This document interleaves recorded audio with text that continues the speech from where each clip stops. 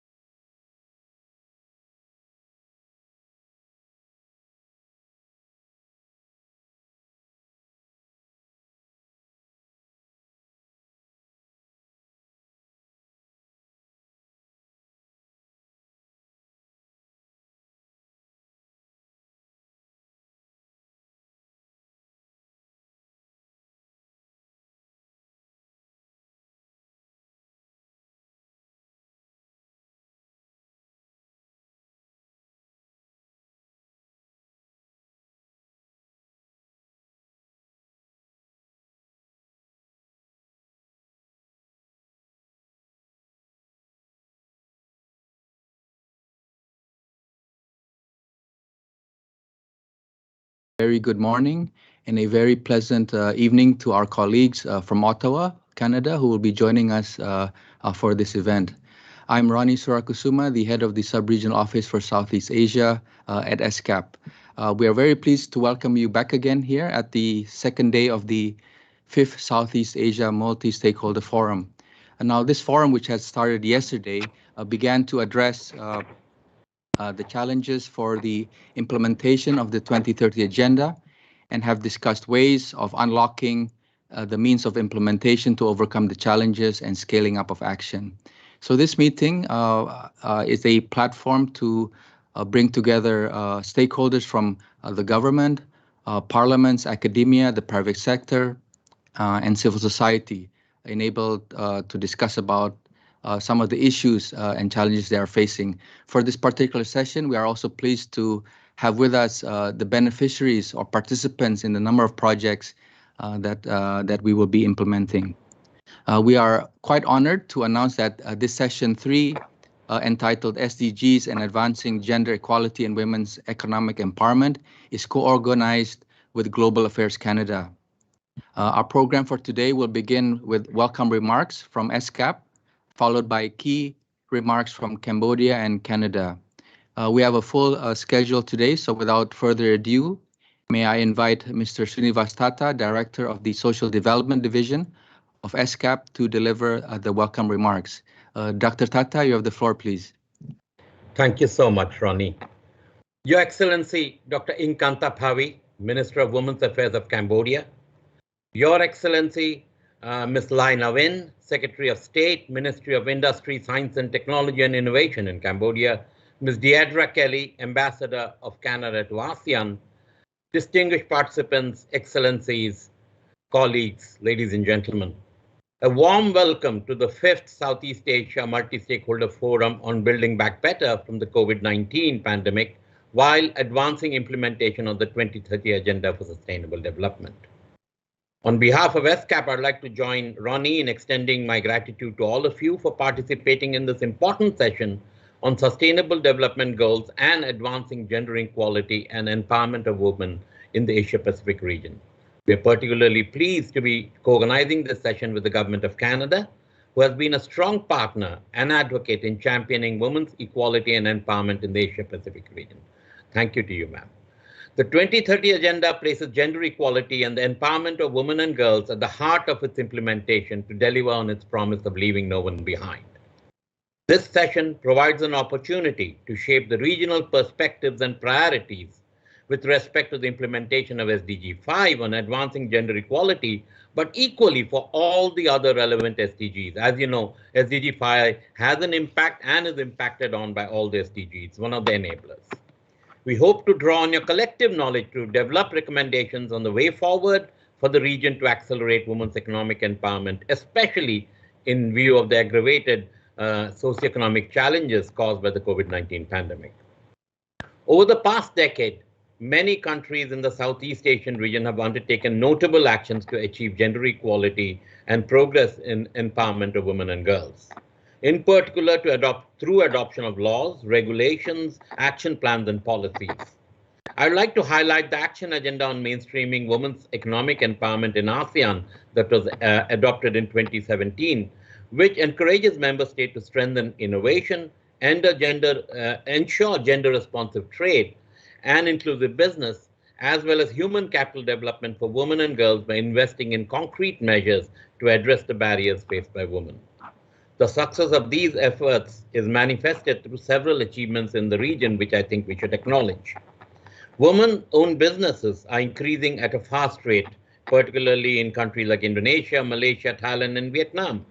Female representation in managerial positions is relatively high at 30% in the ASEAN region. Progress in female inclusion on the political front is also strong.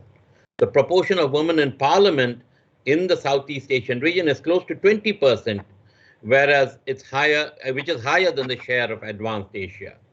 Yet, let us acknowledge the progress in other areas has been slow and uneven.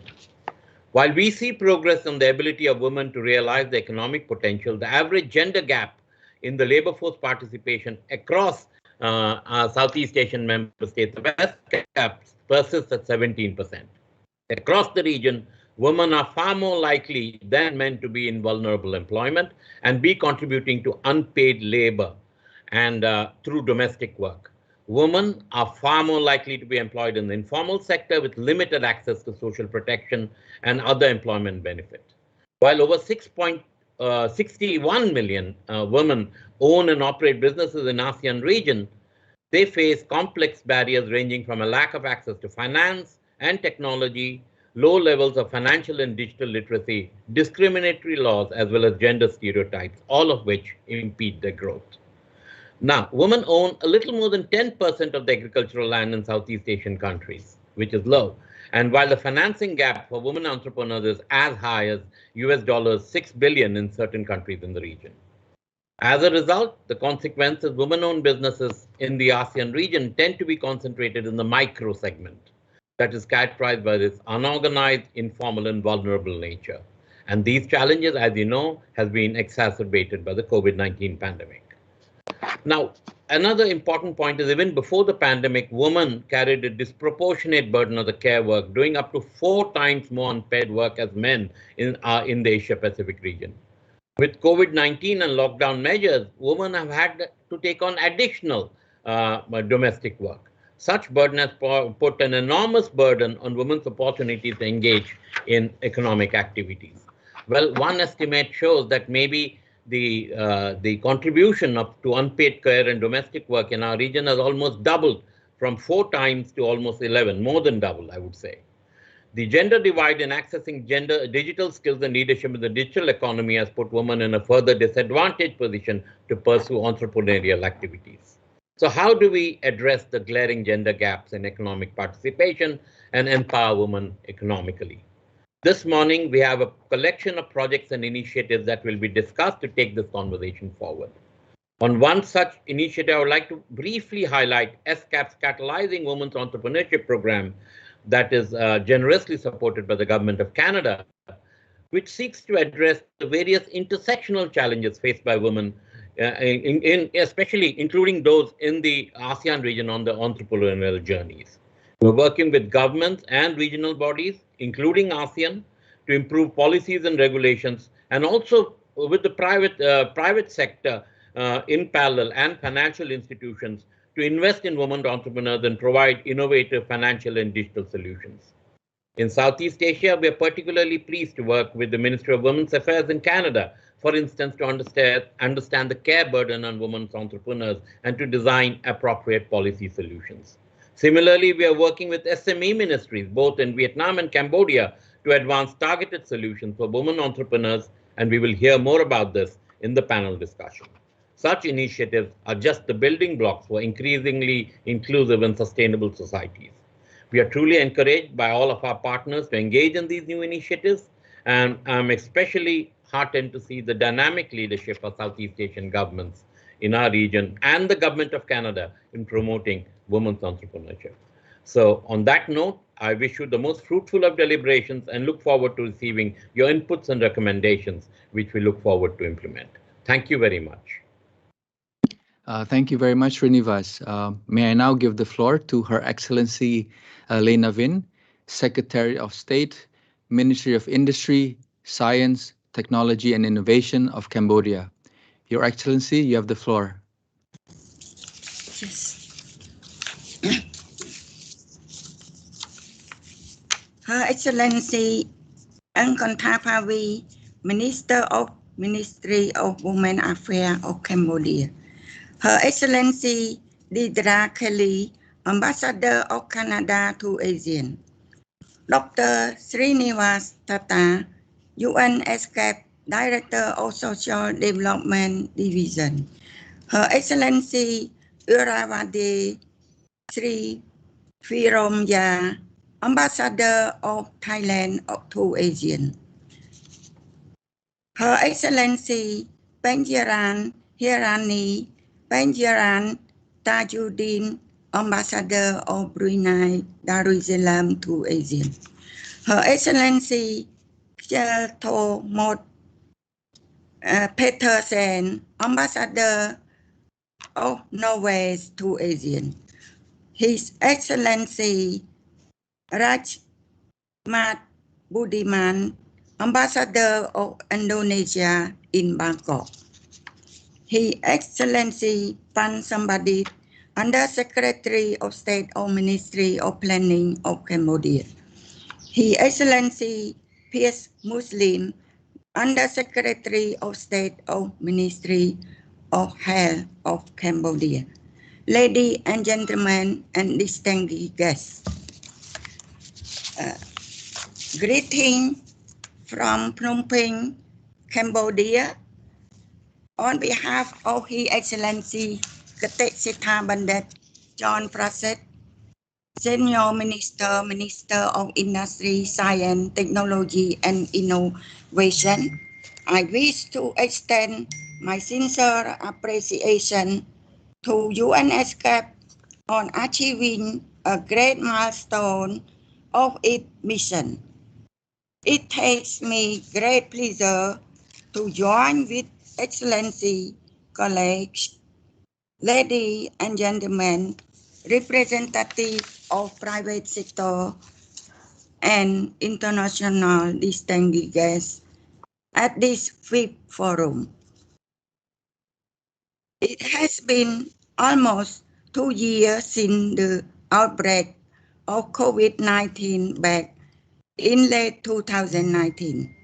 It is disrupting all aspects of previous normal of working, doing business, and our way of life. I wish to share my sincere condolences to the life lost by the pandemic and my great empathy to the livelihood of humanity harshly affected in this global crisis. This never normal world will continue at the unprecedented time, so be prepared for that. Given such pandemic, but as the communication could go through an adaptation, we could keep working on national and international agenda, especially United Nations Sustainable Development Goal, UN SDG, and Cambodia Sustainable Development Goal, CSDG. Excellency, ladies and gentlemen, by introducing and implementing policies, strategies, and major reform over the past 20 years, especially in ensuring peace and political stability, Cambodia has rapidly achieved strong economic and social development, elevating it to a low middle income country, and gradually improve people's livelihood in general. The Cambodian economy has been transformed from relying on agriculture and garment to an economy driven by agro-industry, construction, assembly, electronic, and tourism. This has given Cambodia greater confidence and self-reliance, determining its destiny as its aim for upper middle income status by 2030 and high income status by 2050. To achieve this long-term and ambitious vision, Cambodia must achieve sustained high, inclusive, and resilient economic growth.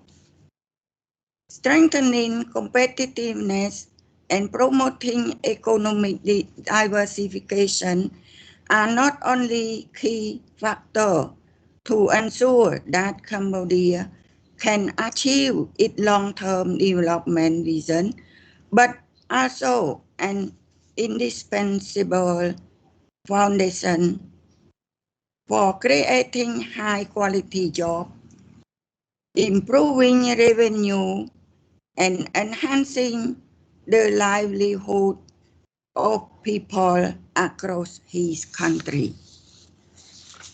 I would like to take this opportunity to specially appreciate the generous support that ESCAP and development partners have extended to Cambodia and its member states in the area of women empowerment. It is one of the key areas that Cambodia is moving ahead at a steady speed in empowering and supporting women entrepreneurs throughout the country. Based on the IFC research report 2019, women own the majority of business in Cambodia, 61%.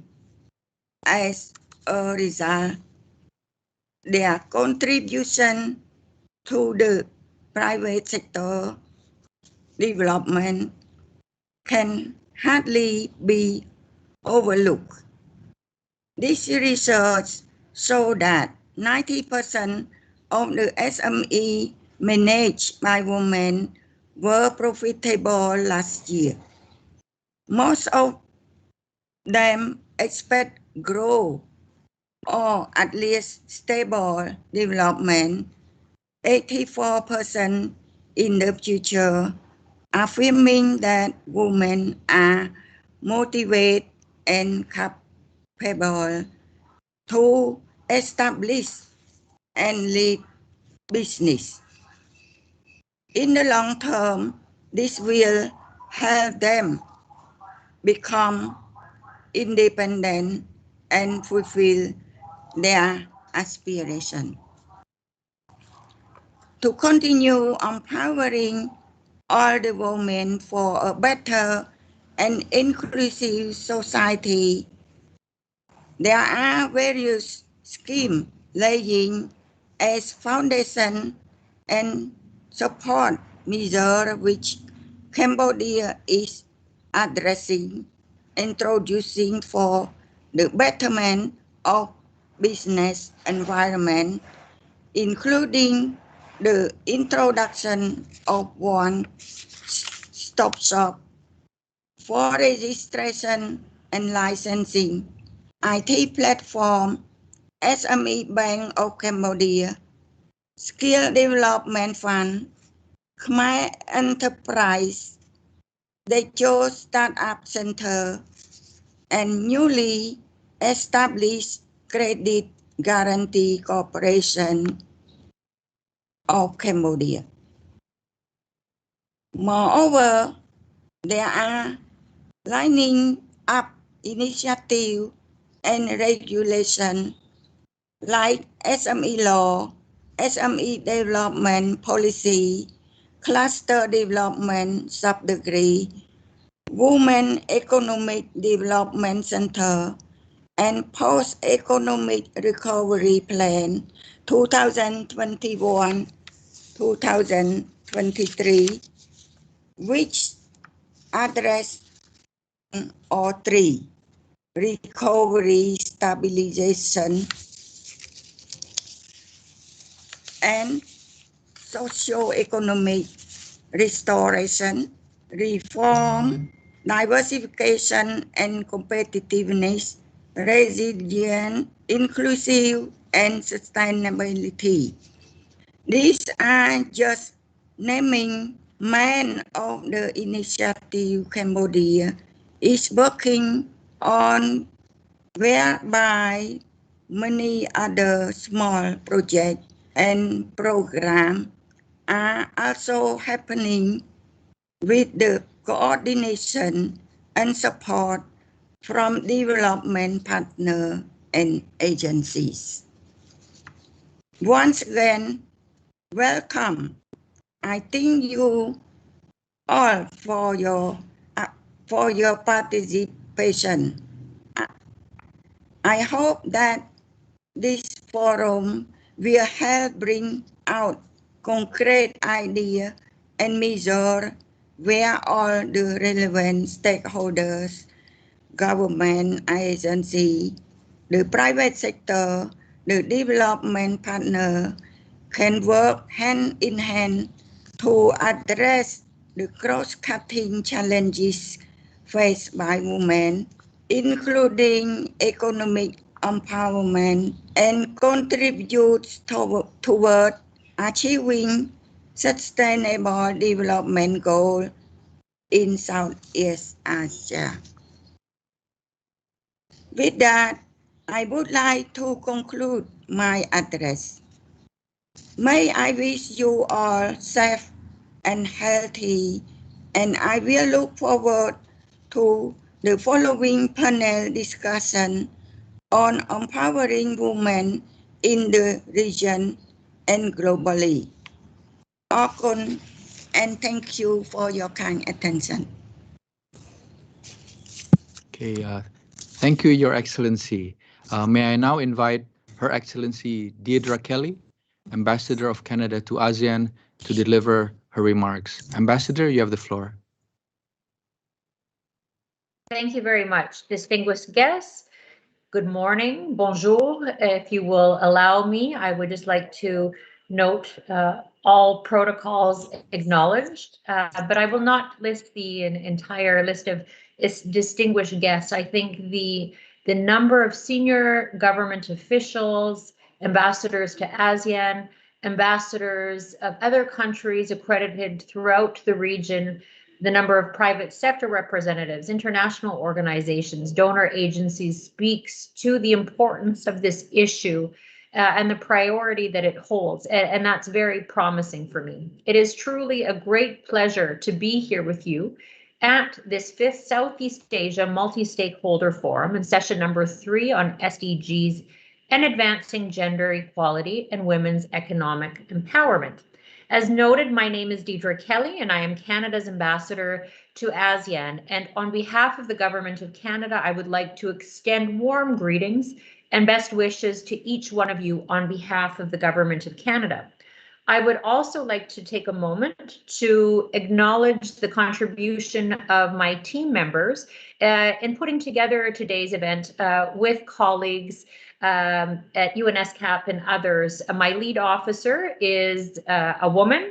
She has been working at home for an extended period throughout the pandemic, and like many of us is also facing the additional responsibilities of assisting with childcare during the pandemic, taking on additional family responsibilities. And so I would like to thank her explicitly for doing a great job, as always.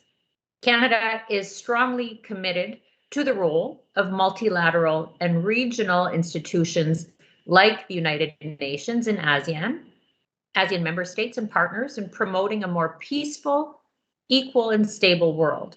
We believe that we are stronger when we work together and focus on concrete solutions that benefit everyone. Canada embraces the universality of the 2030 Agenda and is committed to supporting the implementation of Sustainable Development Goals, SDGs, in Canada and internationally. SDG 5, achieving gender equality and empowering all women and girls, is at the heart of Canada's Feminist International Assistance Policy and our approach to implementing the 2030 Agenda. It will drive progress toward achieving the other SDGs and to ensure that no one is left behind. Gender equality underpins our feminist foreign policy as well. A gender-responsive perspective is integrated into Canada's international efforts, whether in support of diplomacy, development, trade, defense, or security. And this is because we believe that advancing gender equality and the empowerment of women and girls is the most effective way to eliminate poverty, create lasting peace, and achieve sustainable development. We cannot ignore the impact of the COVID-19 pandemic when we talk about SDGs. We know that the pandemic is exacerbating inequalities and reversing development gains, in particular for women and children who already experience poverty, exclusion, and marginalization. It's only happening more acutely now. The 2030 Agenda provides a global framework for a people-centered recovery from the pandemic and offers us a roadmap to build back in a more inclusive, resilient, and sustainable way. And we are pleased to see these elements reflected in regional recovery plans like the ASEAN Comprehensive Recovery Framework and Implementation Plan. Canada's pandemic response supports these broader frameworks with bilateral, regional, and multilateral interventions and includes a particular focus on the world's poorest and most marginalized and considers the differentiated needs of women and girls. We also recognize that women and girls are powerful agents of change. Through our international assistance, we have the opportunity to support women and girls to be empowered as full participants in decisions that affect their lives and in the implementation of the SDGs.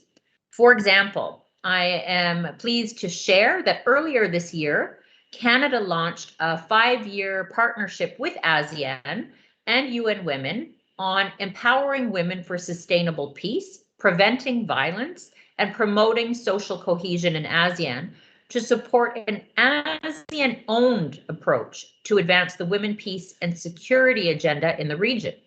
In recent years, we have seen an important evolution in financing for development, in understanding and collaborating with governments, private sector actors, multilateral and civil society partners in order to support achievement of sustainable development outcomes.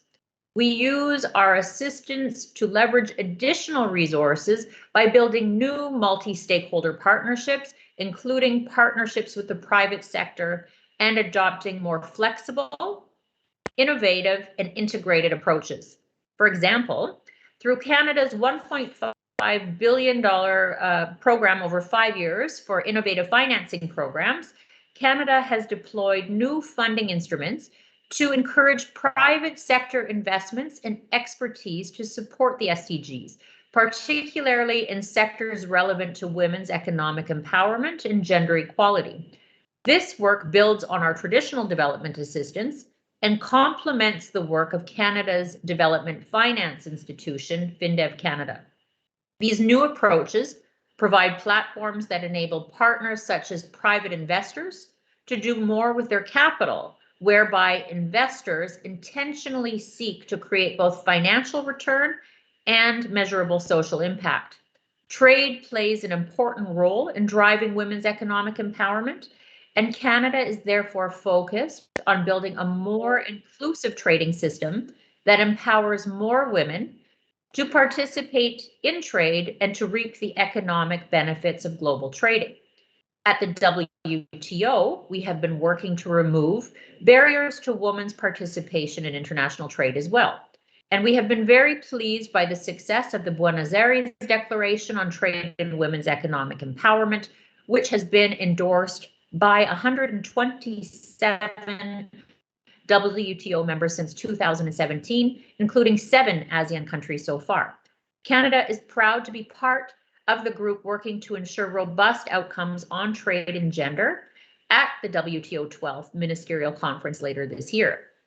In 2020, along with Chile and New Zealand, Canada also formed the Inclusive Trade Action Group to actively promote a set of principles and commitments called the Global Trade and Gender Arrangement. We are actively seeking to add further participants to join this cooperative effort to help advance policies and best practices that increase gender equality, remove barriers, and promote non-discrimination for women in business. Also, since 2015, I'm happy to share that Canada has provided $440 million to the World Bank's Global Financing Facility, a pathfinder for innovative financing of the SDGs, focused on helping helping to address the unfinished agenda of women, children, and adolescents' health and nutrition, and to close the financing gap. As those in this room will know, tackling the challenges faced by women entrepreneurs will require innovative approaches. Addressing the large financing needs for women-owned MSMEs will require new innovative financing mechanisms that can leverage public and private financial resources for the benefit of women entrepreneurs and those they support, including their families, employees, and communities. Canada is working with the Organization for Economic Cooperation and Development, the OECD, to support ASEAN's efforts in ensuring that micro, small, and medium-sized enterprises in the region are competitive, resilient, and able to reach their full potential and to promote women's entrepreneurship. Similarly, our Catalyzing Women's Entrepreneurship project in Asia Pacific provides technical assistance support to women-owned MSMEs access to capital. The project support to innovative finance approaches is a complement to Canada's broader work to help catalyze private sector financing in support of the Sustainable Development Goals. In 2018, we also issued a call to create a sustainable source of funding for women's organization and movements in developing countries. Canada has contributed $300 million to establish this Equality Fund through a 15-year contribution agreement. And the Equality Fund is the first of its kind, both in scale and in its objectives, to create a long-term and self-sustaining source of funding for women's organization and movements in developing countries, to bring the spectrums of grants, investments, and impact investments together under one roof in support of gender equality. Oh, I see someone has their microphone not on mute. If we could just put microphones on mute. And, oh, still there. Thank you. And continuing to shift how investment decisions are made by mainstreaming gender equality and to achieve gender equality outcomes through gender lens impact. Investing and by reflowing revenues to grants to support women's organizations. And we would welcome others from government, philanthropy, and the private sector to join us to support this innovative partnership. I look forward to hearing more from the panelists, sharing best practices, lessons learned, and experiences of the women in coping with the socioeconomic challenges induced by the COVID-19 pandemic. I think they're valuable insights on the role that innovation can play in supporting gender equality and women's economic empowerment, and the achievements of SDGs will be valuable to us all. Thank you very much, and I look forward to hearing from the other participants today. Merci beaucoup. Thank you, Ambassador. That concludes our opening session. May we now proceed with the program for today, Session 3, SDGs and Advancing Gender Equality and Women's Economic Empowerment. We would like to gently remind participants to keep your microphone muted and only turn it on when you take the floor. If multiple participants sit in one location, we kindly request you to use one device to join the meeting. In case multiple devices are used, please ensure that only one device's speaker and microphone are on to avoid echoing in the background. The session is live streamed via ESCAP's YouTube channel. May I now hand over to Mr. Jonathan Wong, Chief of Technology and Innovation Section of ESCAP, to moderate the session. Mr. Wong, you have the floor. Thank you very much, Ronnie. Good morning, good afternoon, and good evening, and thank you to our distinguished speakers for really perfectly setting the scene for this session and the conversation we're about to have now.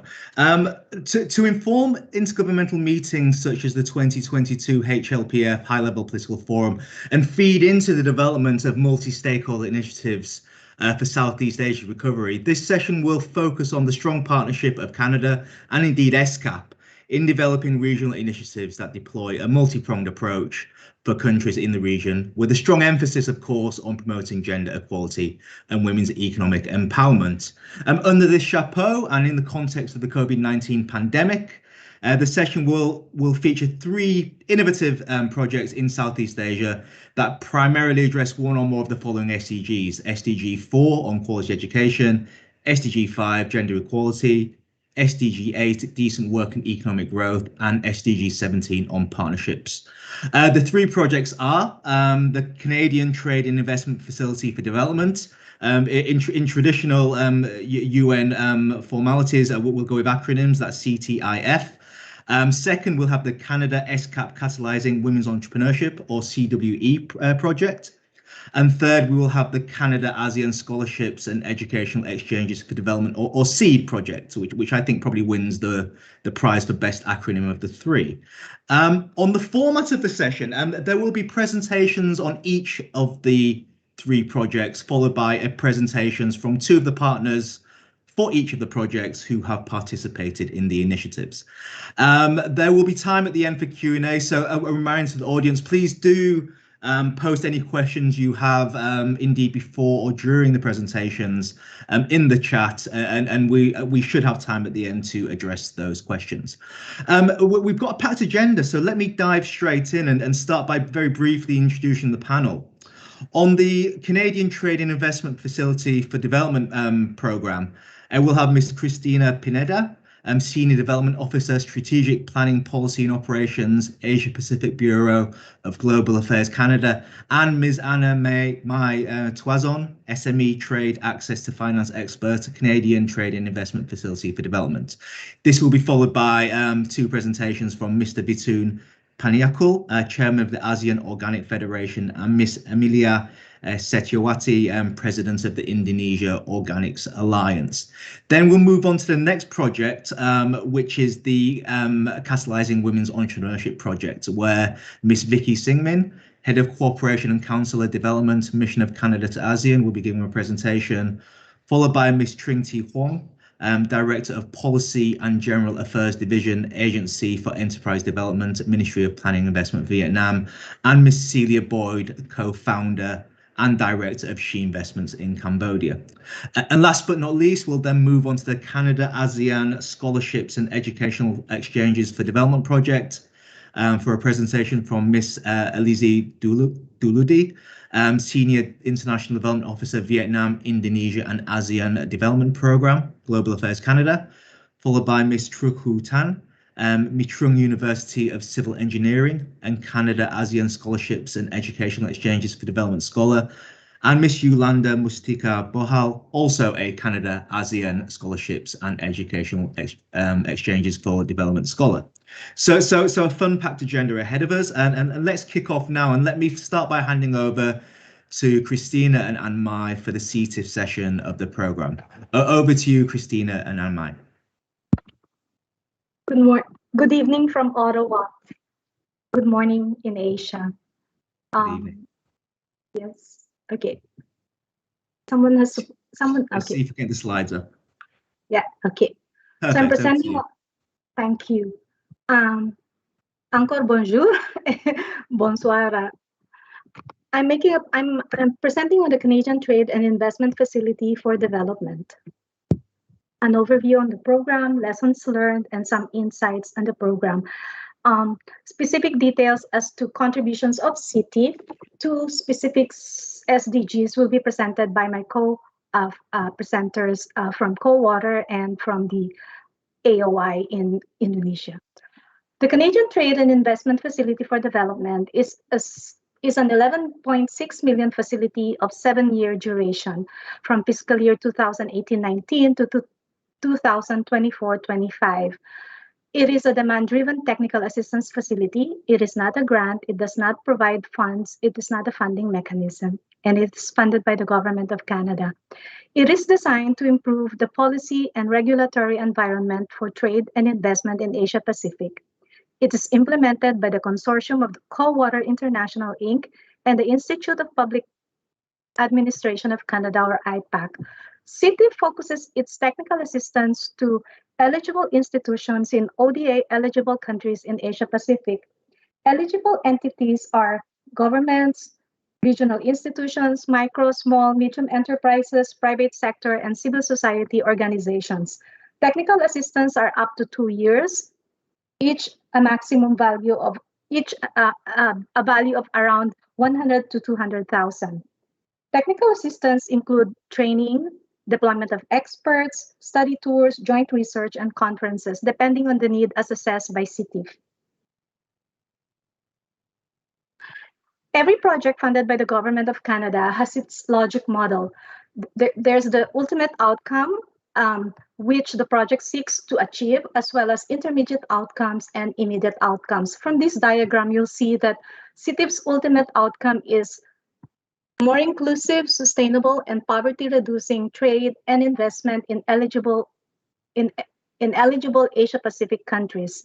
There are 2 intermediate outcomes, one of which focuses on gender and socially inclusive trade and investment. There are 4 immediate outcomes, and 3 of which are focused support on climate smart, gender and socially inclusive growth, competitiveness, and economic integration in Asia Pacific. So what has CETIF achieved so far?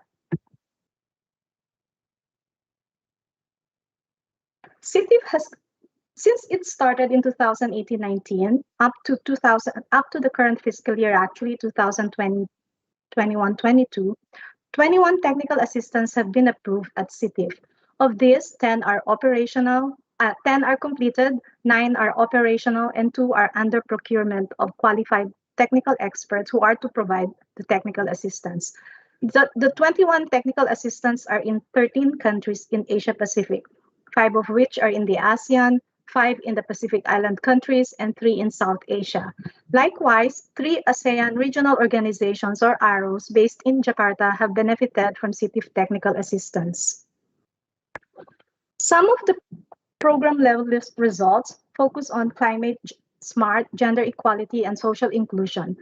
From the period 2018-19 to 2020-21, the results of the technical assistance on overview study on COVID-19 pandemic implications on agriculture and food consumption, production, and trade in ASEAN member states are currently being used by the ASEAN member states in policy dialogues. The study is being used to enable evidence-based decision-making among ASEAN members and key stakeholders on the best course of action to alleviate the burden of COVID-19.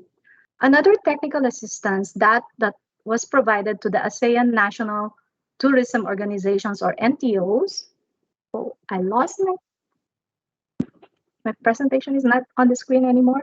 The other technical assistance, excuse me, sorry. Let's get the technical team into that, Christina, if you could look into it. Thank you. Okay, Right, sorry. we're back. Okay, sorry. The other technical assistance, the one that was provided to the ASEAN National Tourism Organizations, produced a study to inform the post-COVID-19 recovery plan for ASEAN tourism.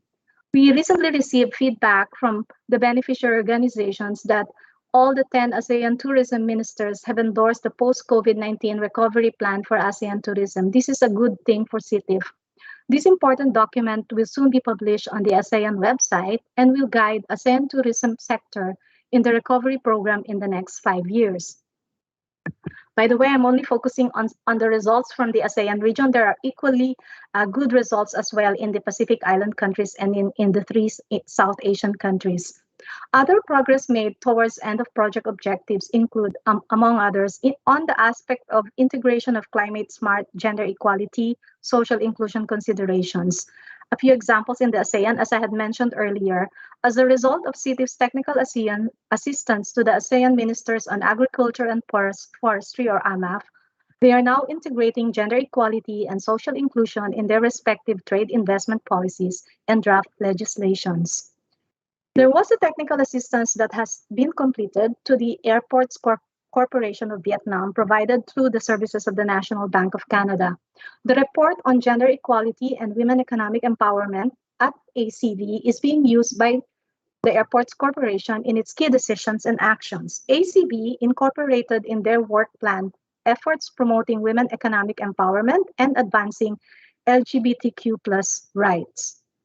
As well, and this is the focus of the succeeding presentations after mine, gender equality, social inclusion, environment, and trade are integrated in the training modules of the technical assistance that was provided to the ASEAN Organic Federation, which also included the TOTA, the Thai Organic Federation of Thailand, for expanding access to Canada's organic agri-foods market for ASEAN SMEs.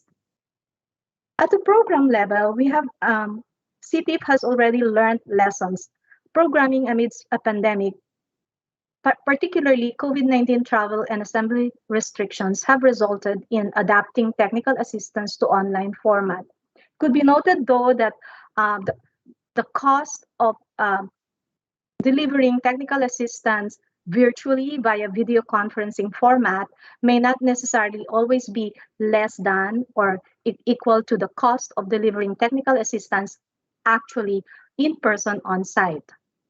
As well, CITIF learned that aside from adapting technical assistance to online format, during the year since the pandemic, there had been required changes to work plans, which led to some delays in some implementation of some deliverables by some consultants, which eventually slowed disbursements. But actually, in fairness, all technical assistants were able to catch up and have been producing results, specifically those 10 that have been completed recently.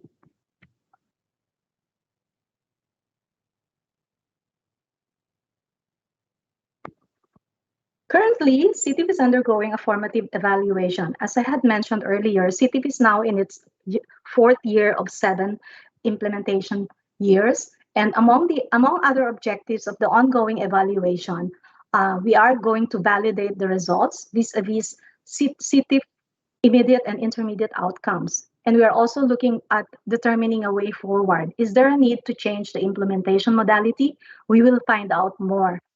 So that's the gist of my presentation. And up next is a presentation on the specific technical assistance that has contributed to specific SDGs. I now pass the session to my colleague Anna May Tuazon, the SME Access to Finance and Trade Expert at Cohort International. Thank you. Hi, good morning, good afternoon, and good evening to everyone. I'm here to talk about a specific TA that our project, CITIF, delivered to the ASEAN Organic Federation and its SME members. In particular, I will be sharing some innovative implementation mechanisms that the TA employed, gender-responsive approaches that the TA applied, and how the TA's outcomes are linked to the SDGs. My presentation will then be followed by a presentation by the ASEAN Organic Federation representatives themselves. The technical assistance that we provided was delivered from November 2019 to March 2021 by our implementing partner, the Trade Facilitation Office of Canada, or TFO. The beneficiaries of the assistance that we provided were the ASEAN Organic Federation and its SME members from 4 different countries, namely Thailand as the lead, Indonesia, Cambodia, and Vietnam. The TA included several components, and one output was a market information paper that provided practical information on the Canadian market demand for organic products and how to export them. The products that were covered included coffee, tea, vegetables, and alternatives to dairy. The other components of the project I will discuss in later slides. When the global pandemic started in March of 2020, we had just actually finished the desk research and data collection phase for this project. In short, this was the first CTF-TA to go fully virtual due to COVID-19. In a way, it served as like a sandbox or a pilot for our future remotely delivered projects. Our implementing partner had to see how traditional face-to-face assistance can be translated remotely. This included determining like how long or how short virtual training sessions should be in order to be optimal. We found out that the maximum is 3 hours, 2 to 3 hours. Ways to make sessions more interactive, such as by interspersing live polling and quizzes within the training modules. And we even added a new budget line for prepaid internet data cards to ensure that our participants with limited or no internet access can participate from home, such as home-based women entrepreneurs. To make up for the lack of face-to-face interactions and to reinforce the training, one-on-one virtual advisory sessions were also introduced. The consultants provided tailored advice on how to export to Canada to a select group of SMEs and women entrepreneurs, and the advice was based on their level of export readiness and the types of products that they were planning to produce or sell. The final innovative mechanism that this project introduced was hiring local consultant counterparts based in the beneficiary countries. This was to make up for the inability of the international consultants to travel in the country itself by offering an option for smaller and safe in-person meetings with local consultants if absolutely necessary. We noticed that actually since the pandemic, project bidders' inclusion of local team members, including in prominent roles, is becoming more and more common. If this trend continues beyond the pandemic, an upside of this is that it provides more opportunities and promotes capacity development among local consultants as well. In terms of gender, a key feature of the TA was the development of the Gender Equality and Social Inclusion Guidelines, or GESI, for the AOF. The guidelines recommend steps on how GESI considerations can be integrated at 3 different levels: strategic or thematic, governance, or at the organizational level, and operational level, or at the activity level. Secondly, even if the training was mainly focused on trade, as we do with our other TAs at CTIF, it was important to integrate a module on gender. Going beyond the theories of gender-based analysis plus, the gender module for this TA looked at the social aspects of organic farming, and topics included gender-sensitive value chain in organic farming, gender and climate change adaptation issues, and using the Women's Empowerment in Agriculture Index. Finally, it is standard for us to monitor project-level sex disaggregated data. An example of an indicator that we monitored for this TA is showed on the screen. This TA had 2 main outcomes. The first one pertains to building the capacity of export of SMEs, particularly women-led ones. And the second bullet point is on building the capacity of the AOF as an apex organization to provide services to its members, thereby promoting sustainability of outcomes.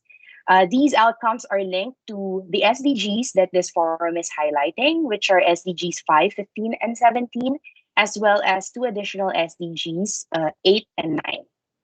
For SDG 5, by helping women-led SMEs become more export-ready, the TA contributed towards a better enabling environment for them to export, thereby supporting women's economic empowerment in this area.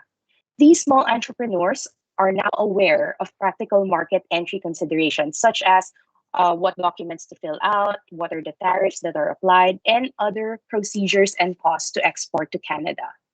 The same mapping exercise could also be done for CTIF's other TA projects.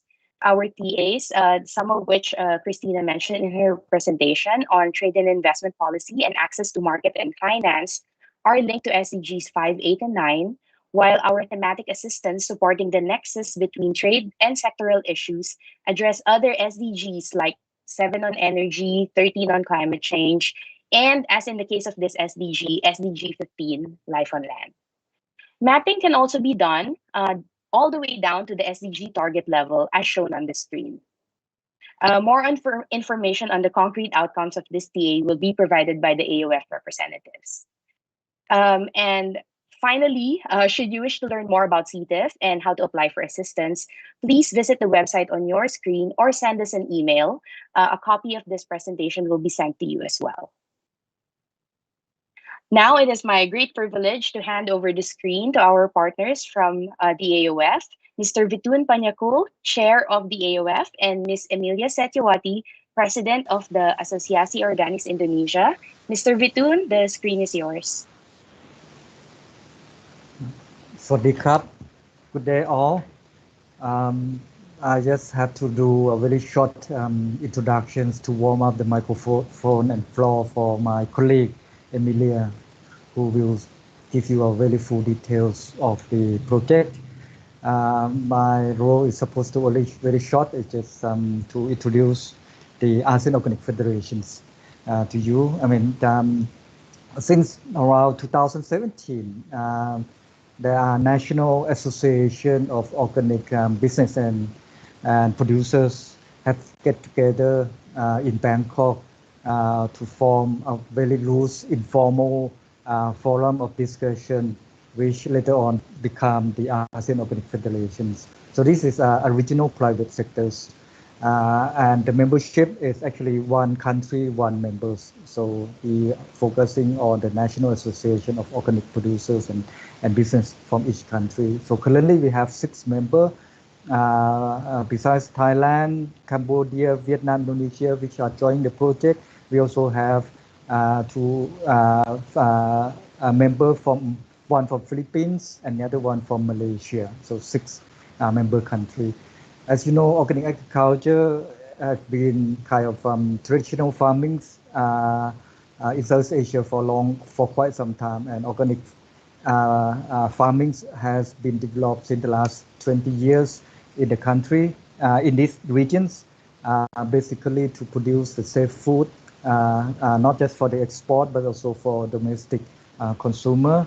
But most people may not understand that organic farming actually is environmentally friendly agriculture. So we actually supposed to look after the soil, water, and of course biodiversity, and of course nowadays the climate change. So by doing organic farming, we not only producing a safer food for the consumer, but also contributing to the achievement of the SDG goals on poverty eradication and many other environmental issues. So I will now give the floor to Emilia if she's ready, so that now you can hear a little bit more in details of how the project have benefited and impact on the producers and women in particular. Thank you. Thank you, Mr. Futan. Yeah, together with Mr. Futan, we will together to improve and increase our organic produce. Yeah, I'm Emilia from Indonesia Organic Alliance. And we will talk about the women economic empowerment in organic agriculture, supported by TFO. Next. Indonesia Organic Alliance is independent and non-profit civil society organization that formed in 2002. We have 122 members consisting of 43 NGOs, 26 private sector, and also 37 individual. Organic Indonesia Alliance spread in 19 Indonesian province. We have 33 province and Organic Indonesia Alliance only in 19. Sorry, I lose my screen, Anna. Technical team, could we get the slides back up, please? Yeah, sorry. Give us 2 minutes, Emilia. We'll see if we can fix this. Anna become my, yeah. Mook, can you? Oh, Anna's there. Okay, yeah, great. Anna do for me. Thank you, Anna. Okay, my presentation, Anna. Yeah, you may want to fast forward a few. I think we were on about slide 11, something like that.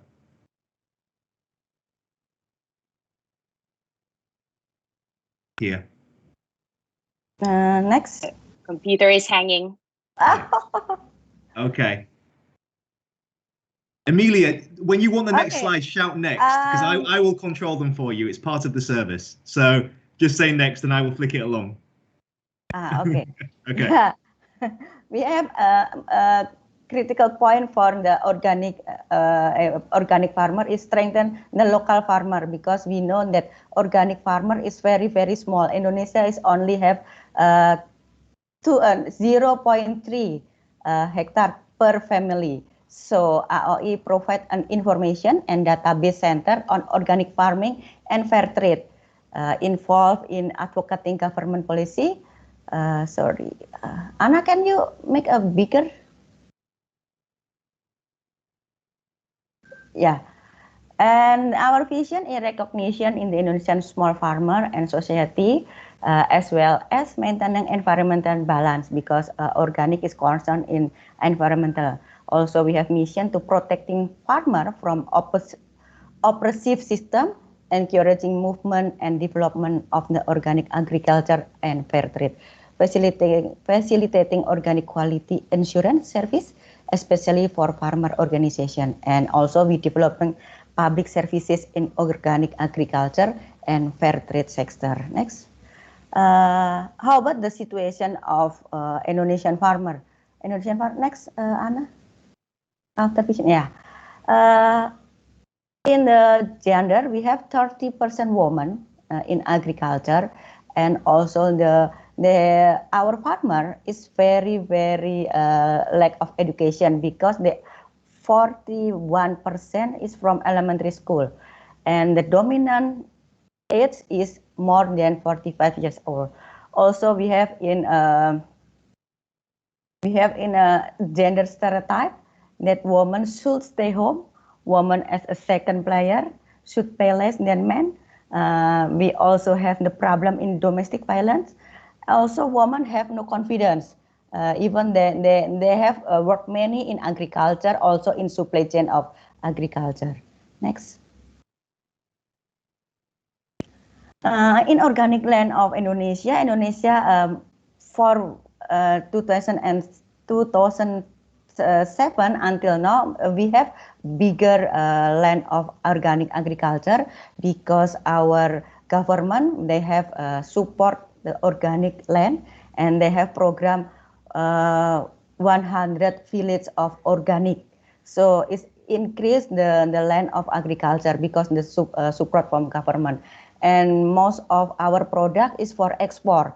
Coffee is the biggest product in Indonesia. Also, now we have herb and spices, but still no have data, because Ministry of Trade improve the herb and spices. In Canada, we know that herb is more higher demand, not only in Canada, but also in Europe and in US. Next. Yeah, in global organic market, is increased demand. In Canada, we know that Canada become bigger demand, and also Indonesia just a little export to Canada. So Ministry of Trade tell us that Canada is the bigger opportunities and the bigger challenge to export to the Canada. Next, Anna. What the main challenge of organic product? So I told you that low education, not only in organic farmer, but most of farmer in Indonesia have the low education. Also low gender awareness, and improving quality and continuity is very big homework in Indonesia. It's different in Thailand. Thailand, the quality and the continuity is very good. Also lack of organic input. The government support not for organic. They support the conventional agriculture. So we have problem in fertilizer, seed, and also seedling. Understanding of organic export market is standard and certification export. Certification export is the biggest issue in Indonesia because our farmer ask that is very difficult. Also as very expensive, but this is related the education. So in the low education, it's very difficult to get certification, and access and support on financial or capital. I tell you that certification cost, product development market, also technical support from on farm and off farm, logistic and infrastructure. Indonesia and the biggest country from the Sabang to Merauke, and infrastructure is the biggest issue. Even though President Jokowi build up a many infrastructure and very help to farmer to get the fast supply and chain. So it's good for from the Sulawesi, and they should go to Jakarta to export. And now they can do in many port in the small island to, for example, from Nusa Tenggara, they can export to Canada using the Surabaya. Surabaya is the West Java. Not just to go to Jakarta. It's very hard for us. Also, we have the main important is lack of youth participation. So this is the biggest hardship too, because millennial farmer is not interest for the youth people. This, I think, not only in Indonesia, but maybe in Asia. Yeah, agriculture is not the big issue for millennial people. Next, Anna. Yeah, what Indonesia Organic Alliance and TFO intervention on women empowerment. This is from weakness to strength, because we know that our weakness, and we together with Trade of Ministry, we produce market information paper for organic, also global and fair trade food, including and focus on Asean.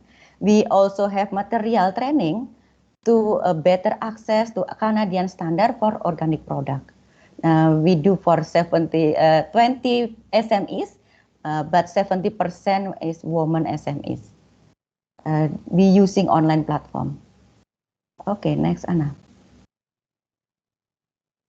Yeah.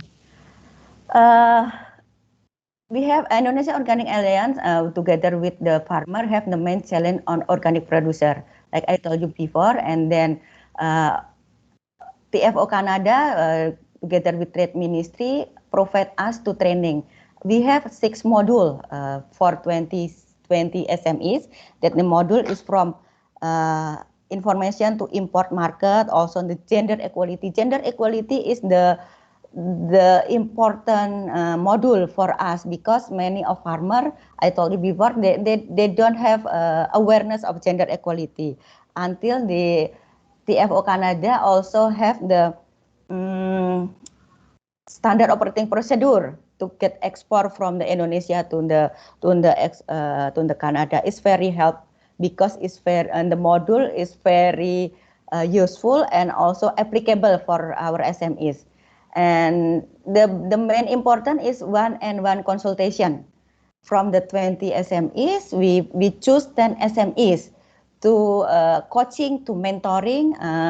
From the 10 SMEs, PT Mosas Success International become one of product to Canada, and Yayasan Petrasa have the biggest output because before the training they have a difference between woman and between male and female in the paid. So after the training, they know that from women to male is no differences. It's very, and they open-minded. We have next we have next slide, Anna. From the trainee, yeah, what the trainee said. It's new paradigm. All I choose the woman, all the woman, even the woman, they don't know about the gender equality. It's not. It's a very surprise for us too, because they now they give the same opportunity between woman and male. Because first they think that men is more better for woman, so they paid more. They give them opportunity. Only one, that Sumatran species, they have no, woman and men have the equality, but all of them, more than 70% thinks that woman and man is different. Man is the biggest what do you call it? This should biggest pay. They should this biggest challenge, because man is the powerful. It's very for us. It's wow. This is from Jakarta too. Why Jakarta have the paradigm that man is the powerful than woman. So because of the TFO Canada training, we think that gender equality is the main issue in agriculture, and we hope that TFO Canada or ESCAP help us to promote the gender equality training for our farmer, because this only 20 SMEs that we promote about the gender equality. We believe that if we train the woman, the world will be moved together, because woman is more woman more have the decision in the household is from woman. Decision is the household is from woman. You can intervention in the health, you can intervention in the education is from woman. So if we empower the woman, we can empower the household, and then we can empowerment the community. Is our belief. So if UNSCAP or TFO have another opportunity to train, please train the woman SMEs. Yeah, this is the from Organic Alliance message. Next, Anna. So, and that Anna and Mr. Fitun said that outcome is increase of capacity of member and gaining better understanding of the global market on organic product. Create more awareness about the current trend and opportunities to organic product in Canadian market. Also, during the one-on-one session, SMEs participant will able to gain and deeper appreciation of the Tyler next step. This is our recommendation. Also, our impact is weak equation between, this is the important impact, I think. Weak equation between men and women, same opportunity between women and women in managerial staff. Women dare to speak up to men to get raw material. This is the important issue.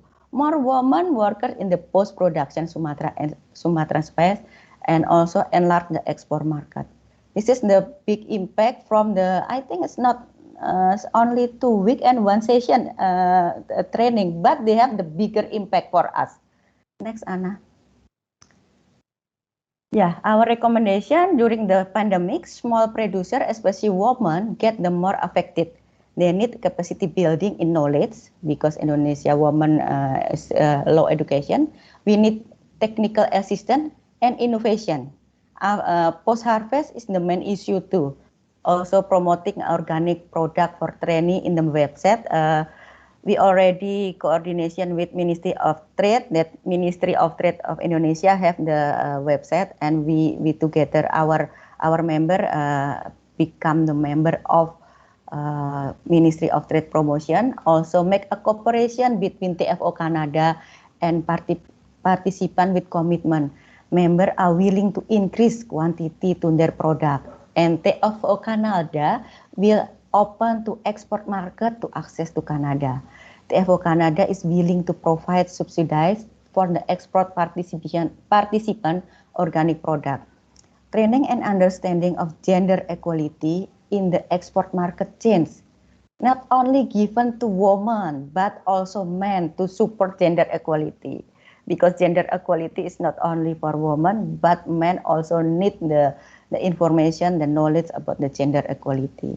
Also assist participant in obtaining product certificate required for organic product in the Canadian market, because certification product for one to another country is different. And we should train our farmer what is the difference between USDA, between Swiss, between Canada, between maybe in another country in the world. Yeah, it's different demand. Okay, I think our recommendation from Indonesia Organic Alliance, and this is our contact, so you can find us in our Instagram. Thank you. Thank you, Anna. Thank you all so much for that presentation. I have many questions and comments, but we'll save them to the end and keep the momentum going and move on to the second project now. Now, as a UN official, we are meant to be completely impartial, but I must confess, I do have a soft spot for this project because I work on it. So the next project we'll be discussing is the Catalyzing Women's Entrepreneurship project. And let me start by handing over to Vicky to kick us off for this segment of the session. Vicky, over to you. Great. And let's try and get the slides up if possible, please. I'm just going to share my screen. Oh, okay, great.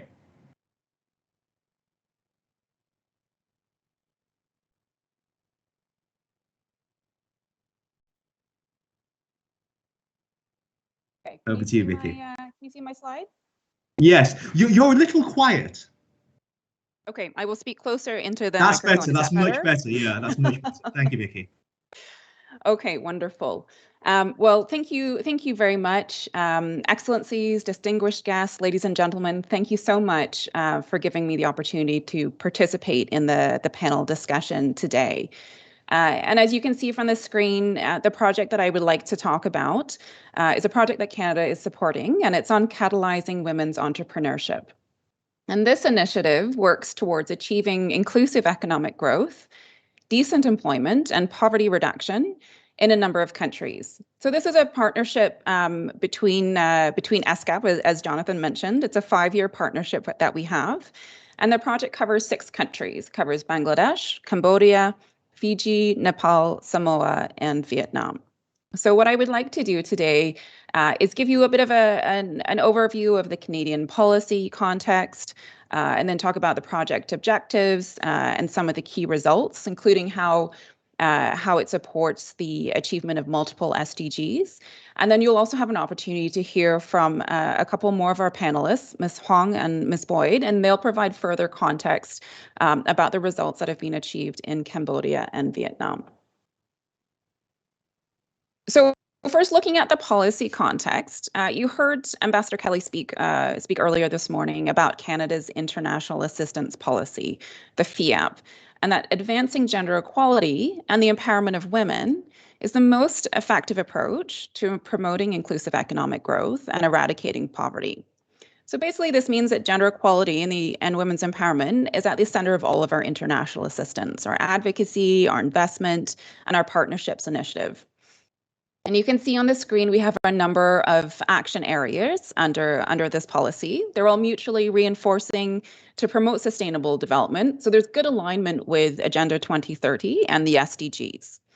And you'll see the third action area, which is growth that works for everyone. That's where we see the Catalyzing Women's Entrepreneurship initiative fit in. So just taking a moment on that, this action area, it aligns with SDG number 8. So this is decent work and economic growth. And it has a number of goals that you can see on the screen. Things like making sure that women-led enterprises have access to financial products that are tailored to their needs, or ensuring that businesses adopt gender-smart work policies and practices to increase hiring and retention of women, supporting business training to help women be more competitive and innovative in the marketplace, and building the capacity of women's organizations to defend and promote their economic rights.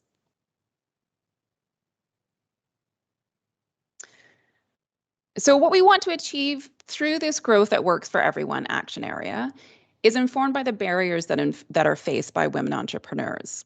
And on the slide, you can see these are a number of key issues. These aren't exhaustive, but there are a number of key ones that universally affect women's economic participation. And we heard Dr. Tata speak during his welcoming remarks about a number of these barriers as well. Things like limited access to finance and assets, which then restrict women's financial inclusion, or limited access to information regarding business startups and registration, which can push them into informal, less profitable, and more vulnerable sectors. Discriminatory sociocultural norms and laws that impede women's ability to build assets and ensure their economic security. And lack of access to internet services and facilities can affect women's ability to gain business information and adapt to online business models. And we know that that's been particularly important in the context of the COVID-19 pandemic. So then this brings us to the project itself, to the Catalyzing Women's Entrepreneurship project. And you can see here what we have, the project uses what we call an ecosystem approach. So there's 3 interrelated project components, and these are built into the project planning and the implementation in order to produce mutually reinforcing results. So first we have the policy and advocacy component. And this is about creating the conducive and policy environment that supports the productivity and growth of women-owned businesses. For example, the CWE project, provides targeted technical advice for key government stakeholders to encourage and support policy reforms that create a favorable business environment for women's entrepreneurship. We then have the innovative financing component, and this is about leveraging public and private capital to pilot and scale innovative financing models and digital tools that support women entrepreneurs. And then the third component is focused on ICT and business skills. And this is about strengthening the capacity of women's entrepreneurs to use digital tools in their businesses. So if we step back from it and look at the project, we can see the focus is very squarely on SDG 8, on decent work and economic growth.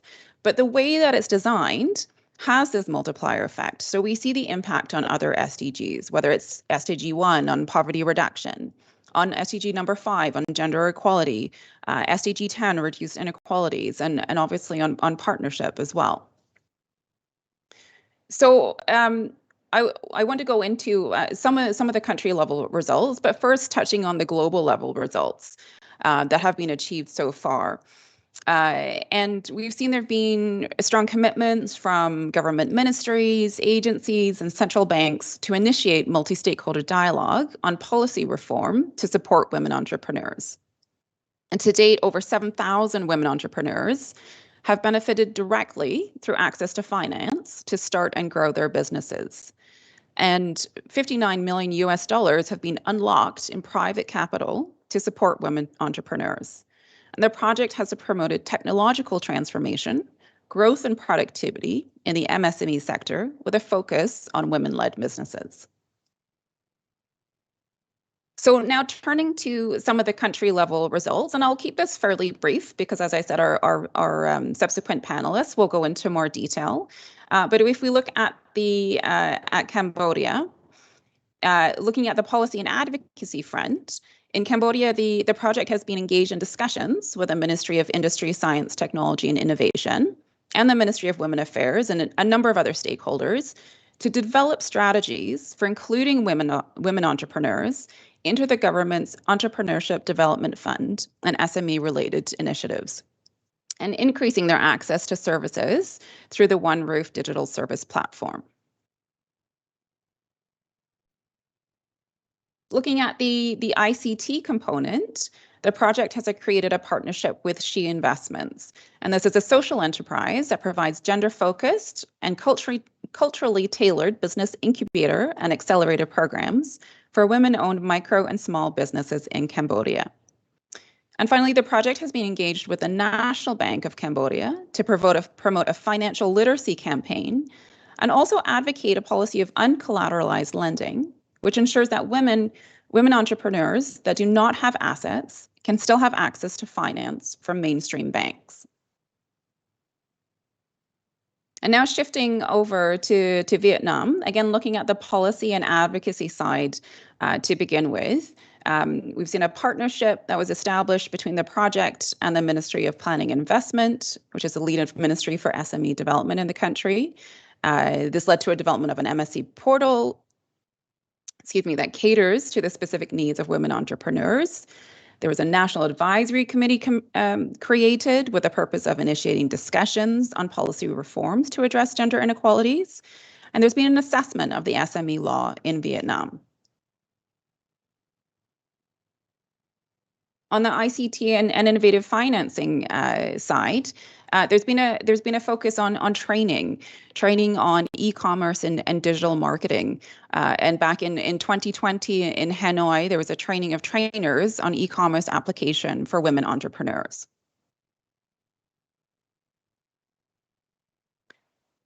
So I'd like to end with a number of lessons learned, which I think are quite important, reflecting on the progress that has been made to date with the project.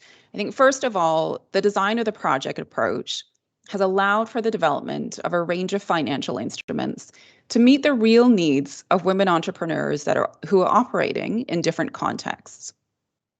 Second, while establishing project partnerships with non-gender focused ministries was challenging, they were instrumental in advancing policy reforms that promoted the inclusion of gender equality in the design of MSME strategies and initiatives at the country level. Third, digital finance and e-commerce have allowed women-led businesses to continue to operate during the COVID-19 pandemic. Fourth, in-country governance mechanisms, such as multi-stakeholder advisory groups, have been instrumental in creating a whole-of-government inclusive approaches for advancing women entrepreneurship, helping to influence the behavior of policymakers, and systematically including women entrepreneurs' voices in decision-making. And finally, ESCAP's unique position in global processes and regional engagement, including with the ASEAN Coordinating Committee on MSMEs, has leveraged their influence to recognize women's entrepreneurship as a key catalyst for inclusive social and economic development in the region. So Jonathan, I will leave it there. I'm sure that our next panelist will be able to add some further rich detail to what I've just talked about, and I'm happy to take any questions at the end. Thank you so much. Great. Thank you so much, Vicky. And yeah, there's a question coming up on one of those lessons learned. So we'll pick that up at the end, but thank you very much for that comprehensive overview. Let me now turn to Ms. Tring, again, a very good friend and partner of ESCAP on many different initiatives, and indeed this project as well, to give some of her reflections of partnership on this project. So Ms. Tring, over to you now. Thank you. Thank you very much, Jonathan, and thank you, Vicky, for your nice presentation. I would like to share my screen now. Let me for a few seconds. Okay.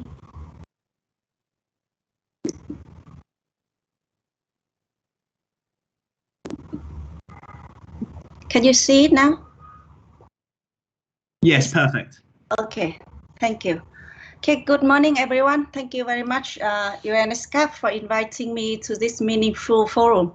And I'm very happy to take this opportunity to share with you some information about what we have been doing to promote an enabling ecosystem for women entrepreneurs in Vietnam. As you all know that the women SMEs play a vital role in economic and social development. And in Vietnam, it's estimated that the women SMEs account for more than 21% from businesses, and they have a similar average annual revenue to the demand-owned counterparts. Despite this, the women-owned SMEs face greater vulnerability and additional barriers to start up or to expand their businesses. especially due to the COVID-19, they are suffering more and more difficulties and challenges. In this context, the Vietnam government is trying our best to strengthen the entrepreneur ecosystem that foster the women entrepreneurs in Vietnam. We are focusing on three main pillars.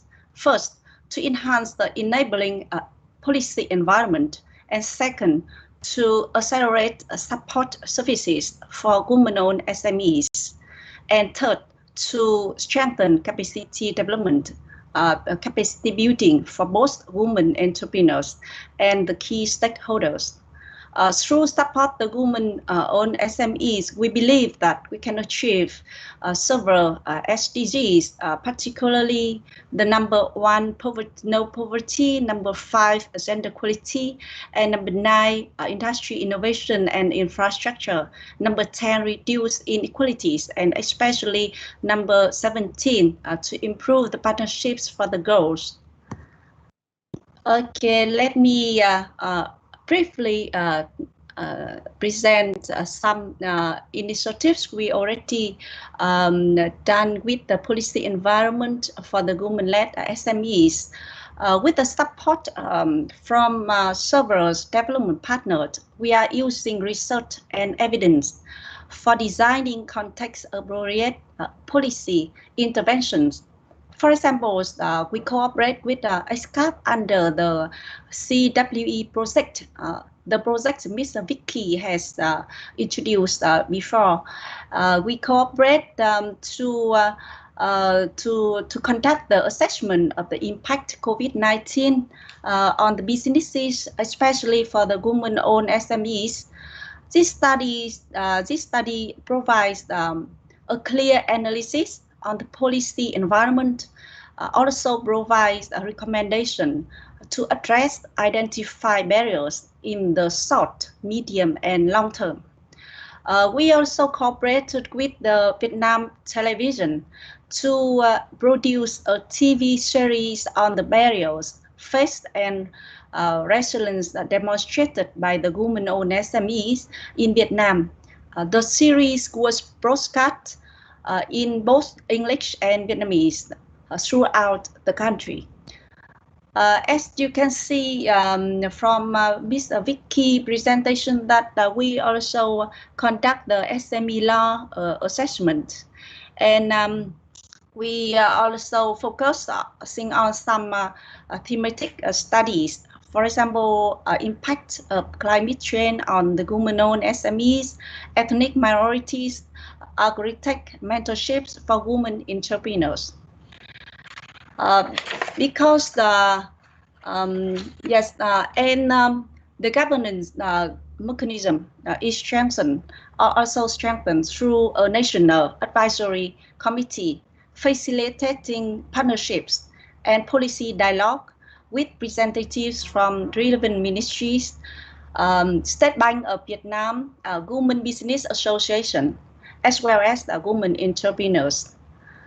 With the support from ADB, a national database of the women-owned SMEs in Vietnam is under construction through the Economic Census Survey, and it is expected to have the first version of this database at the end of this year. And a white book on the women-owned SME in Vietnam is also being developed and will be published in the 2022. It is the first comprehensive knowledge paper in Vietnam on the women-owned SMEs that the government has preparing. Especially in cooperation with the ESCAP, UN Women, MPI is developing the national 5-year program from 2021 to 2025 for the women entrepreneurs in Vietnam. We focus on enhancing competitiveness for the women-owned SMEs. Regarding to the second pillar, to accelerate support services for the women entrepreneurs. With the TA support from ESCAP, GIZ, UN Women, and USAID, a digital one-stop portal for the women entrepreneurs is being designed, which will be situated under the national SME portal. And this portal aims to provide women entrepreneurs information on policy support programs, nationwide, e-learning resources, as well as online support service, for example, like a digital transformation toolkit.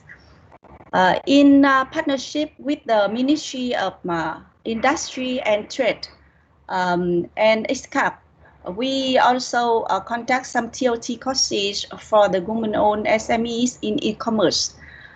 With support from ESCAP through CWE.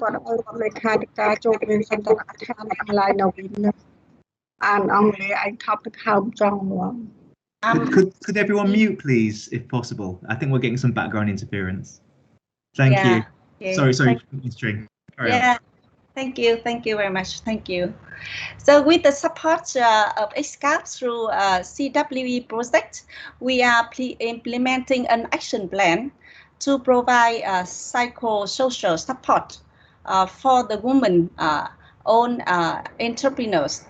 One of the proposed initiatives was to provide an opportunity for women to speak to experts through talk shows and facilitate the knowledge exchange on solution. 3 virtual talk shows were facilitated on topics recognizing, managing stress, balancing work and life, and business management, leadership development, with the live participation of more than 100 women entrepreneurs and reach out to 18,000 people. The information resulting from this series events also contribute to the mental health care corner on the one-stop shop portal, offering stress evaluation tools, basic consultant services, and facilitate connection with the mental health experts. Regarding the third pillar, to strengthen capacity building for both women SME and key stakeholders, with support from ESCAP, UN Women, and US SEGA, we are implementing several initiatives to develop the SME Care Toolkit for the women-owned SME. Is an online toolkit for self-evaluating strengths and weaknesses in 3 key areas: innovation, market expansion, financial capacity, and now it's under the piloting testing. Tomorrow, yesterday, I already get the report that we already test with nearly 100 women SMEs, and the feedback is very positive. We also pilot apply the APEC Women in e-commerce toolkit to guide the government agency and stakeholder to analyze support for women in e-commerce. And under the CWE project, we also developed the monitoring and evaluation tool for policymakers.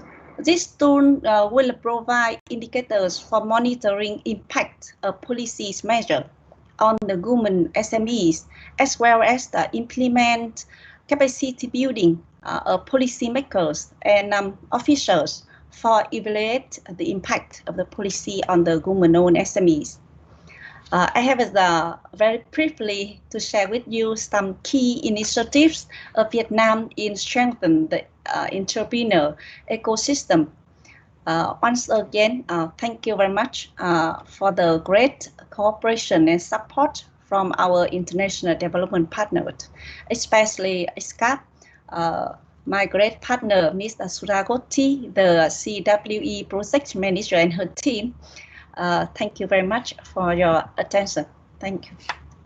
Thank you. Thank you, Ms. String. There is really no need to thank us. We should be thanking you because you've been such a driving force around more inclusive business, both women and at the base of the economic pyramid in Vietnam. So a huge thank you to you for that very comprehensive overview of all the great work you've done in Vietnam. Let me now turn over to Celia for a view from Cambodia. Celia, over to you. Thank you again, Ms. Trin. Hey there. Yes, hi. Thanks so much for having me today. Can you see my screen? Yes. Okay, perfect. Great. So thanks again for having me, everyone. I'm Celia. I am an Australian based in Cambodia for the past 7 years, leading a social enterprise called She Investments, which has been one of UN ESCAP's partners over the past couple of years. As I'm sure many of you know, and what has been discussed a lot since the introduction speeches this morning, is that the reason that we work with women in Cambodia is because the majority of enterprises are already owned and run by women. However, most of them are informal and micro-sized. And once you get up to SME size business, suddenly a lot of those women entrepreneurs drop away. And so our goal is just as many women running SME-sized businesses as men. So in order to achieve that goal, we run a number of different programs and provide different products for women entrepreneurs to try and build an enabling and accessible business ecosystem around them so that they have options about the different tools and resources that they might need in order to enable them to scale up and to formalize their businesses. When COVID hit at the beginning of, or early in 2020, we very quickly did quite a brief survey on about 100 women-led entrepreneurs in our network to understand how they were coping and what the impact was for them at the very beginning. And what we found was that they reported collectively over a 50% revenue loss just within those first 2 months. And so we saw that that was just the beginning, and things were going to get a lot worse before they got better, because Cambodia is a country which is largely cash-based, or was before COVID, but it's also very reliant on things like agriculture and tourism, for example, for economic growth. So we realized that in order to reach the women in our network, we needed to very quickly start looking at digital solutions to try to support them. So we met with different partners and as a team, and we came up with a strategic plan to respond to COVID. We realized very quickly that the digital skills of entrepreneurs in Cambodia, and particularly women, were not nearly as high as what we thought they were. We knew that this was an issue area, but digital literacy skills were much, much lower than what we expected. Because as soon as we started trying to reach many of the women in our network, all of a sudden we realized that we didn't know how to get in touch with them. We didn't know how to provide them with the services that they needed, because many of them were out in rural provinces, or even in urban areas. Many people didn't know how to use tools like Zoom, for example, which of course we're all now very familiar with. But at the time in particular, these were tools and resources that many people had not used before. And most women in our network, we realized, we're using things like smartphones every day for personal and for business reasons, but very, very few of them had laptops. And so doing anything, using ICT tools, using communication tools so that we could reach them to provide them with mentoring or support services to navigate the crisis became increasingly difficult. And so these are the interventions that we very quickly came up with. In partnership with UN ESCAP and with local government in Cambodia, my enterprise under the Ministry of Economy and Finance, and now also in partnership with the Ministry of Women's Affairs, we have launched some digital solutions. one of which being the Digital Resource Centre, which is a platform for digital information, resources and tools for entrepreneurs. And that has quite an active Facebook page for us to reach entrepreneurs through very regular Facebook Live sessions, for example, as a common ICT tool in Cambodia.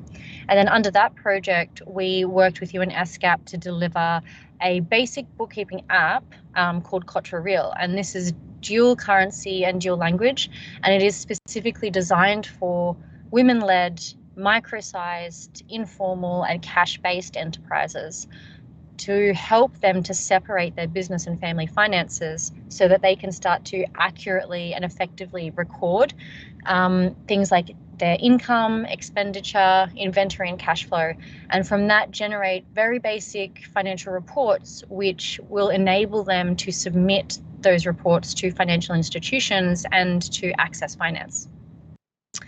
We also decided to continue delivery of our incubator programs online, but in order to do that, we realized that we needed to take a step back and also run in parallel to that digital literacy programs to teach many of the women around the country about how to use all of the digital tools and resources that they already had available to them so that they could not only navigate the crisis and rebuild their business, but so they could also access the services that we were providing online.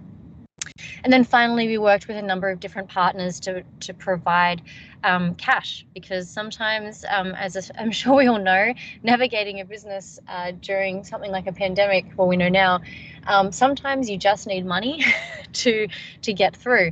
And almost all of the women we talked to, I would say like 99.9% of the women in our network said that the biggest worry of theirs, the thing they were most concerned about and that was keeping them up at night, was their staff. And so they wanted to keep as many people employed as possible. And there were not, welfare systems or business support systems in place yet, particularly at the beginning of this pandemic, to help them to do that. So we stepped in with multiple partners to start providing some small cash grants to help get people through. I won't go into this in too much detail, but the reason I have this slide is to, I suppose, make it clear that She Investments is one very small organization. We're a small social enterprise, and the reason that we've been able to have quite a quick, rapid response to the COVID pandemic in supporting many hundreds of women entrepreneurs around Cambodia is because we've had the fortune to partner with multiple different agencies. But most importantly, there's been a really interesting link between donors and local and international governments, as well as UN agencies and private sector, to actually make all of these solutions possible and help them to work together. So since COVID really started to kick off, at least in Cambodia in March of last year, what we've done is scale up these digital solutions, and we've changed how we look at our impact and our success as well. So, for example, we've continued delivering incubator programs, and we continue to have graduates from those programs online. We've launched Kotra Real app. We have 5,000 registered users of Kotra Real app at the moment, who are using that to improve their financial management of their businesses. We've started, instead of looking at necessarily job creation, at least over the past 18 months, we've started to look at the number of jobs that are retained and rehired as well as created. So what we've found is that many of the women that we are working with through digital literacy programs and incubator programs, they may be creating some new jobs, but very importantly, they're also retaining and rehiring people as well as they recover and as they rebuild from COVID. We've seen quite a significant revenue increase since March, but however, that obviously indicates that this is revenue. This is regained revenue. This is rebuilding of revenue, not necessarily scaling up of businesses. We've worked with a number of MSMEs to link them to capital and recovery grants. We've expanded our network across the country, so we now have more than 350 women entrepreneurs across 5 provinces of Cambodia, who are accessing monthly either in-person or online support. We've developed our partnerships with local government in particular, and through these projects, that's been a very big aspect of that. And we've piloted a digital literacy program with Google.org and Youth Business International, and we're now very lucky to have been able to partner with UN ESCAP and the Ministry of Women's Affairs in Cambodia to actually continue scaling up that program and reaching more women around the country. The specific project, we've worked with ESCAP a few times, but I suppose the deepest project that we've had together has been Culture Real app, and alongside that, developing financial literacy training to train other organisations to be able to deliver financial literacy training to women across the country.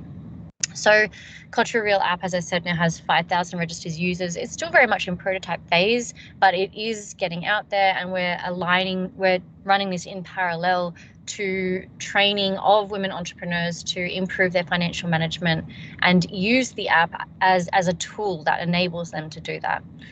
So we've just finished training 50 trainers from various for about 15 organisations in Cambodia, and now they're now starting to ramp up that training for women. So there's at least 200 women this year who will be receiving that training. And as I said, developing further partnerships with local government to scale up these solutions, which have been piloted over 2020 and 2021. So I'll stop there. Thank you so much again for having me. And yeah, if there are any questions, I'll be around. Thank you so much, Celia. What I love about your work, it's so user-centered and really impactful as well. You actually see the difference. These, what I call a very cool app on a very uncool topic. I'm an accountant by profession, by the way. The big difference it actually makes to people's lives in unlocking finance, just something kind of as user-friendly and simple as that. I mean, it's incredible what you do. So thank you so much. Okay, that brings us to the end of kind of the second project. So a big thanks to Vicky, Miss Tringan, and Celia.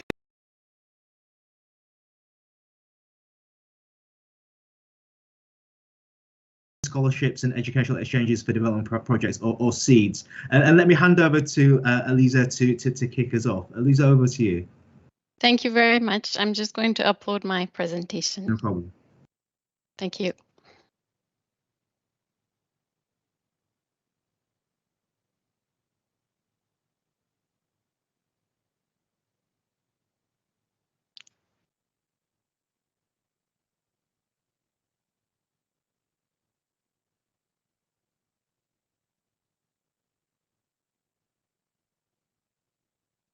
Are you able to see it?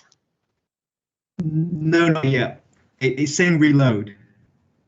Are you seeing the same thing?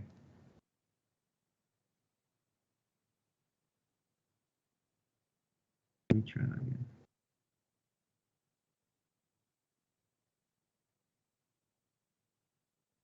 Let's see if it works this time.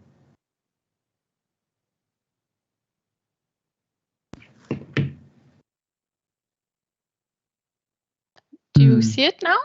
No, it's. I've got a thing saying, I don't know if it's you or me has a bad connection. I don't know if any other people are seeing. Ah, there we are. Oh, yes. There we are. Yeah. We've got it now. Yeah, we can see it, Jonathan. Yeah. Great. Okay. Over to you, Eliza. Okay, thank you very much. Good morning, good afternoon, good evening to everyone. My name is Alizé Dzulud, and I'm the project officer on the ASEAN Regional Development Program at Global Affairs Canada. I'm pleased to today provide an overview of the Canada-ASEAN Scholarships and Educational Exchanges for Development as the SEED project. I will illustrate the project's links and impacts across SDG 4 and multiple SDGs. And you'll also have the great opportunity to hear from two of the actual participants in the program after my intervention. So thank you very much for inviting me to take part in today's session.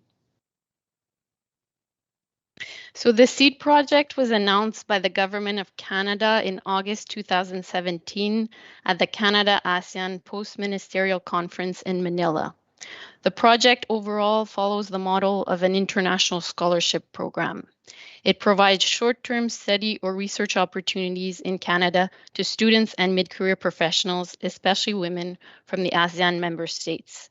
It is aligned with the Growth That Works for Everyone action area of Canada's Feminist International Assistance Policy. Scholarships are awarded for studies or research in fields that are aligned with the United Nations 2030 Agenda for Sustainable Development. Students and mid-career professionals come to Canada for short-term periods of time, and then they return to their home countries to pursue their degrees or to continue their employment. Canada works in very close collaboration with the Association of Southeast Asian Nations on this project. SEED contributes to the socio-cultural cooperation pillar of the ASEAN-Canada Plan of Action. The SEED project is offered to all 10 ASEAN member states. Scholarship recipients must be citizens of an ASEAN member state, and they must study or work in an ASEAN member state. The 2030 Agenda for Sustainable Development and the SDGs are at the core of this project. The project was specifically designed to help achieve the 2030 Agenda for Sustainable Development. It specifically aims to equip students and mid-career professionals, particularly women, with critical knowledge and skills that will enable them to contribute to ASEAN countries achieving the United Nations 2030 Agenda for Sustainable Development.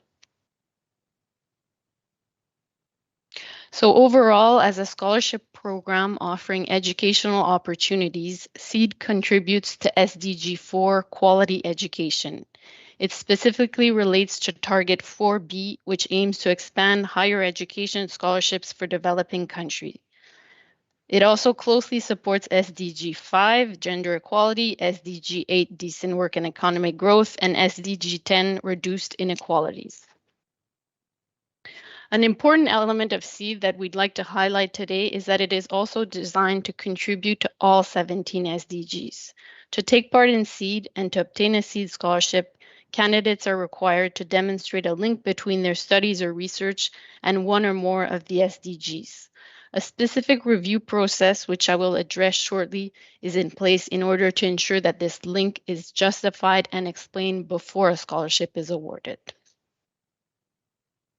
So here we can provide a few examples of disciplines that can contribute to an SDG. For example, a student undertaking women's studies or gender studies can establish a link with SDG 5, gender equality. A student in an environmental studies program or a student undertaking research related to climate change can demonstrate a link to SDG 13, climate action. These here that we have on this slide and in our program guidelines are just some of the examples, but we really allow the students to demonstrate a link between their disciplines and any one of the 17 SDGs. Now I'd like to highlight a few key features of the project. So as I've already alluded to throughout the beginning of my presentation, the 2030 Agenda for Sustainable Development and the implementation of the SDGs are central to the project. The review process is important to ensure that candidates who are selected are committed to help ASEAN countries achieve the 2030 Agenda for Sustainable Development. So for the student component, we are really looking at 5 main criteria for a selection. We look at the linkage between the proposed research or study and that with the 2030 Agenda for Sustainable Development. Then we look at the candidate's commitment to use his or her research or study in Canada to help combat poverty and narrow the development gap in the ASEAN region. Then we look at the benefit to the home institutions, supervisors, and peers in the ASEAN region. We look at the benefit to the Canadian institutions, supervisors, and peers, and the strength of the linkages to be created through the proposed student exchange. So this leads me to the second point here, is that under the SEED student component, institutional partnerships between Canadian institutions and institutions in the ASEAN region are a key feature of SEED. There are student exchange agreements and collaborations in place between the institutions. The Canadian institutions work in partnerships with institutions in ASEAN. They submit application on behalf of the students, and then they manage the study or research exchange in Canada. So SEED, therefore, a very important element is that it strengthens strategic linkages between ASEAN and Canadian educational institutions. Then in terms of the annual cohorts that we've had so far, we receive cohorts on an annual basis. The students will come to Canada either for 1 or 2 semesters of studies or for 4 to 6 months of research. So we've so far held 4 competitions and 3 of the cohorts have completed their studies in Canada. We had 1 cohort in 2018-19, one in 2019-2020, and the third in 2020-21, and then we're currently starting the 4th cohort for 21-22. So in terms of the mid-career component, we held the mid-career component in 2019-20. It was a pilot component for 4 professionals from Cambodia, and then unfortunately the following cohorts were canceled due to the COVID-19 pandemic. So now I'll go over a few key results of the SEED project. So since the project was implemented, we've had a total of 241 students from 7 ASEAN member states that have completed a study or research exchange in Canada. So we've had 76 students the first year, 138 the second year, and then the third cohort, had 27 students. And this reduced cohort is due to the impacts of the COVID-19 pandemic. And now we're looking forward to welcoming a 4th cohort. We hope to receive over 100 scholars in Canada in 2021-2022. In terms of the gender results, as I mentioned earlier, SEED really has a particular focus on providing scholarship opportunities to women, and it is aligned with Canada's feminist international assistance policy. So we have implemented soft targets of awarding 60% scholarships to women and 40% to men. So as we can see, we've been able to achieve or come close to those soft targets. And now, in terms of the fields of study, we collect data from 6 main categories. And what we can see from this chart is that we've seen the same pattern over the 3 first years of the project. So we have a larger number of scholarship recipients in social sciences, business, and laws. Then we have a number of scholarship recipients in the applied sciences, technology, and engineering. And then we have some in education, humanities, and arts, and then a few in agriculture, veterinary, life and health sciences, and then followed by the trades. Now, in terms of the disciplines, since the start of the project, we've actually awarded scholarships to students that are studying or undertaking research in a total of 37 disciplines.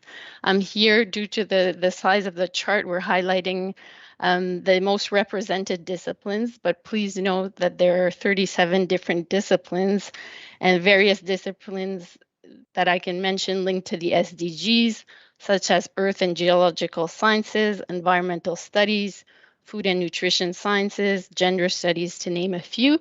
And you'll have the opportunity to hear from 2 of our participants on some of the disciplines that I've just mentioned. Now, in terms of the COVID-19 pandemic, had a number of implications on the SEED projects, and it continues to affect some of our programming. So I would say in terms of the immediate impacts, in March 2020, at the start of the COVID-19 pandemic in Canada, we had a cohort of students that was studying. They were either expected to end in April, their term, or to undertake research for the summer.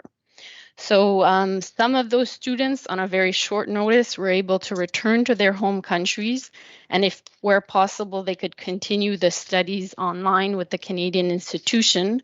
But then we have another group that was stranded in Canada because of international border closures and because of travel restrictions. So what we did is we offered to cover their living expenses, medical insurance, and their modifications to their flights for up to 4 months during the summer. And this was until they could return safely to their home countries. So in total, we provided 22 financial support to 22 students until they can return to their home countries. Then the following cohort, so the 2020-2021 cohort, was also impacted by the pandemic. So they were initially supposed to start in the fall of 2020, but then they ended up starting in the winter of 2021. So they undertook their studies or research at a designated learning institution, and we ended up receiving, as I mentioned earlier, a reduced cohort of 27 scholars. And we're now hoping to receive over 100 in 2021-2022. And then the mid-career component had to be put on hold during the COVID-19 pandemic. The mid-career component offers very short-term opportunities in Canada. So we're looking at 1 to 4 weeks of professional development, which was not possible during the COVID pandemic at that time. And now we're looking forward to resuming this component as soon as it's possible to do so. So now I'll recap a few key elements for the purposes of today's session. So the first one, as I mentioned, SEED was specifically designed to help realize the 2030 Agenda for Sustainable Development and to contribute to all 17 SDGs. SEED has a particular focus on providing opportunities to women, and SEED was impacted by the COVID-19 pandemic, but we've been able to adapt some of the programming, and we'll continue to look at the future and to continue to offer opportunities for ASEAN scholars. So now I'm delighted that you'll have the opportunity to hear from 2 participants in the program, so that they'll be able to share their actual experience on the program, the impact that it has had on their academic careers, their professional careers. So very pleased to welcome Ms. Truc Otan and Ms. Yolanda Mustika Bohal from the 2019-2020 student cohort. So Ms. Truc Otan from Vietnam completed a seed exchange at Dalhousie University in Nova Scotia, and Ms. Yolanda Mustika Bohal from Indonesia undertook a seed exchange at Okanagan College in British Columbia. So thank you very much. Merci beaucoup. And I'll now pass it to Mrs. Tan. Thank you.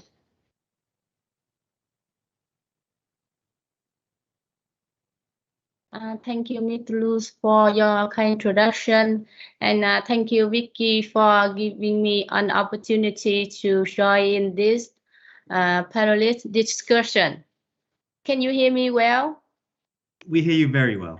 Thank you. So I will share my presentation.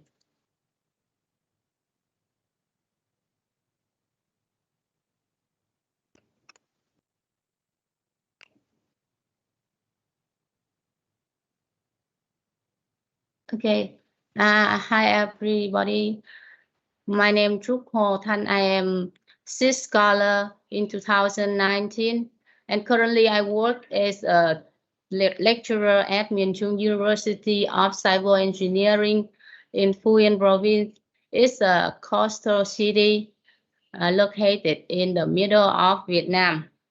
I knew SEED program when I was in the last stage of master course, and at that time my supervisor also encouraged me to apply, since it would be a great opportunity to open my mind at the world-class country in fighting against global warming like Canada.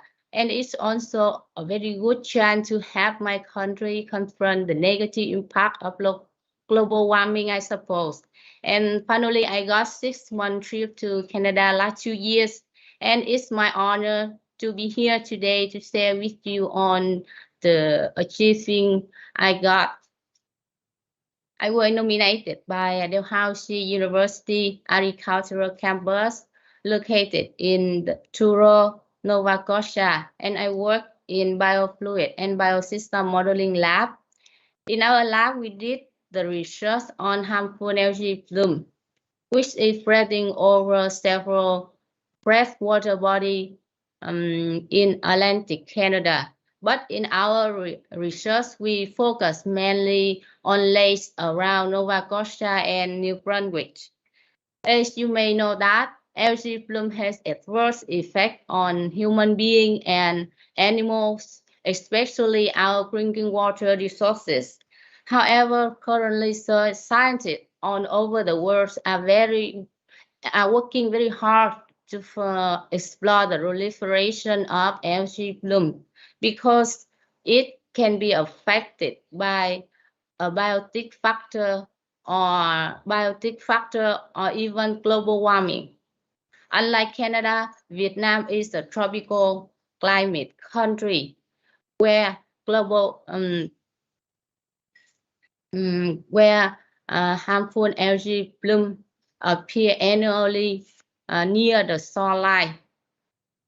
And therefore, I use on experience I acquired from our lab to rescue my hometown Phu province when currently suffer the same algal bloom happen annually near the shoreline. But at that time, our provincial government hasn't spent the right concern or attention to this phenomenon.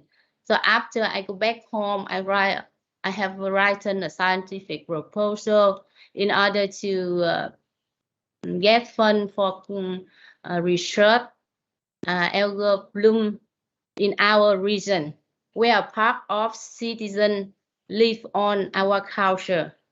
Although my proposals were temporarily not approved for conduction, but I get the positive signal that our government have an appropriate evaluation on harmful algae bloom. I always told to my friend that 6 months study and research in Canada almost changed my awareness about my capacity in role of woman in this century. That is where I saw gender equality appears not only in daily life but also in academic society, and that is where I met so many female professors and graduate students from several countries who attracted me by their confidence and knowledge. They really motivated me to move higher. And when I go back home, I spent 1 year work hard, and after that, I got a British government scholarship for my doctoral course that I took 10 years ago. One more thing I have to say that Canada is the multicultural society that I feel that you are respected regardless of where you come from and which language you speak. I always keep in my heart the kindness I got from every people I met and supported me when I was in Truro. And to me, growing up from a small village in developing country and have an opportunity to study in the first class education system like in Canada is my honor, and I would like to send my gratefulness to this program and Canadian government for creating this fund for Asian country. I hope in the future there are more and more Vietnamese students, especially female students, could get this opportunity. I'm happy to take any question from one of you, and thank you very much.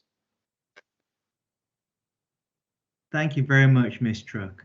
Shall we now move on to Yolanda for some perspective from another scholar? So over to you, Yolanda. Okay, hi. Could you hear my voice clearly? Yes, very well. Okay, I'll share my slides. Okay. Could you see the slides? Yes. Okay. Okay, good afternoon, good evening, and also good morning to all of us. Thank you for having me in this forum. So I will share about my experience to be a former seat participants in 2019 2019. So I am Yolanda Mustika Bohal, and I am from Indonesia. And now I am a business development analyst and also active as a geophysics researcher. Okay, so I know this program because my home university, Institute of Technology 10 November, promote this scholarship to the students, and then I apply it, and then in September 2019, I go to Kelowna. I studied at Kelowna at Okanagan College. Actually, why I joined this program, because this program intrigued me with their strong value, as the Ms. Elise has said that this program can contribute to all the SDGs. And this is the place that I was studying for at Okanagan College in British Columbia, Canada. And I took Earth and Environmental Science with 3 major programs: Environmental Science, Canadian Landscape, and also Biological Anthropology. Actually, as we can see here, this is the photo of Kelowna wastewater treatment in Canada. In my study, we have an outing class or outing practical laboratory. So we really know the reality how all city or all countries manage their environmental, such as this wastewater treatment. And as we can see here, I make a box here. I see myself when I joined this program, I got the opportunity to have a good quality education, because I have an opportunity to study in Canada at Okanagan College. And also I see myself here as a woman, I can contribute actively in SDGs achievement. And because of these two combination, I have a focusing on affordable and clean energy as my educational background. If I break down my focusing in affordable and clean energy, I have a focus in geothermal research, since I know that Indonesia is the second largest geothermal producer. But not only Indonesia, we know some ASEAN countries also have their own renewable energy program. For example, Philippines also have their own geothermal potential, Vietnam with solar and wind programs. I really believe that these programs can help all the countries to combat the struggles of our region. And this is the 3 course that I focus in affordable clean energy. That is for the sustainable energy service for all area, because in Indonesia we have a program to have a 100% electrifications, and also the eco-friendly energy, because we know right now we have a commitment to decrease our carbon footprints, and this SDGs also can link to another SDGs, that is combat the climate change. And the last is increase substantially the share of renewable energy in global energy mix, because we know the international commitment to mix our energy with the fossil fuel, renewable energy, and also the sustainable energy. Therefore, I really believe that this program so effective to achieve our struggle or our commitment to set or to finish our commitment to the SDGs. Thank you. Thank you so much, Yolanda. Now that brings us to the end of the presentations. My apologies, we're running really behind time. So let me take it like this. Let's first go to on the questions and comments. Let me turn to Cecilia Serrano from APRCEM. I hope I've got that right. For a brief intervention, if possible. Then I'm going to try and kind of, given the time, close this out, because I know some of you, it's near your bedtime, and some of you need to currently work as well, depending on where in the world you are. But let me turn over to Cecilia first. Over to you. Yes. Good day to colleagues, and thank you for this opportunity to speak on behalf of the Asia Pacific Regional CSO Engagement Mechanism. APRSM is a civil society platform for development justice where my organization, the Asia South Pacific Association for Basic and Adult Education, is a member. I would like to acknowledge that in this session, we emphasize the ecosystem approach and support for women's economic and political empowerment as well. This is important, and APRSM believes that women's economic and overall empowerment should have a grounding in human rights and women's rights. At the same time, it should reevaluate the economic, financial, and investment policies of the neoliberal economic order that resulted to several inequalities within and across countries. In APRSM, I would like to share our experience in gender just skills education ecosystem approach, enabling adolescent girls and women to access quality education not only in formal, but also in non-formal and informal modes. It is important. Is it possible for me to share my one slide? Just one slide? I think so, but I think you'll see a share content button next to leave, the big red leave sign. Yes, so, thank you so much. If you click that, there we go. Yeah, because I'm aware that of the ecosystem approach that many of us have shared, and this is our experience in the members of APRSM. And this is not just a framework. This is an operational strategy that we have done in Indonesia as well as in India, so across the other sub-region. And when we say gender just education, first we need to ensure that adolescent girls have and women have access to gender just skills education. And this is not only for women, but you can see from our experience, we also train men towards change agents for gender equality, and we train women community leaders. And secondly, the education system must be transformed. And this is what we say right within gender just skills education, so that the knowledge that we provide is not stereotyping gender. And at the same time, we discuss gender rights, technical communication, and digital skills for women. And in our region, we know that women do not have access to internet and even digital equipment. And there should be professionalism, not women only in cottage industries, but importantly in decent work and life with livelihood. And then we say that we should also promote skills education and where women and adolescent girls are able to exercise their rights. And in the employment, whether it's in employment, in livelihoods, they should have decent remuneration. So it's not only bringing them into hazardous work, but importantly, work that provides dignity. And I heard from the presenters many experiences of providing work. But in many cases, in Indonesia and even in India, women from marginalized sectors do not have access to this decent work and livelihoods.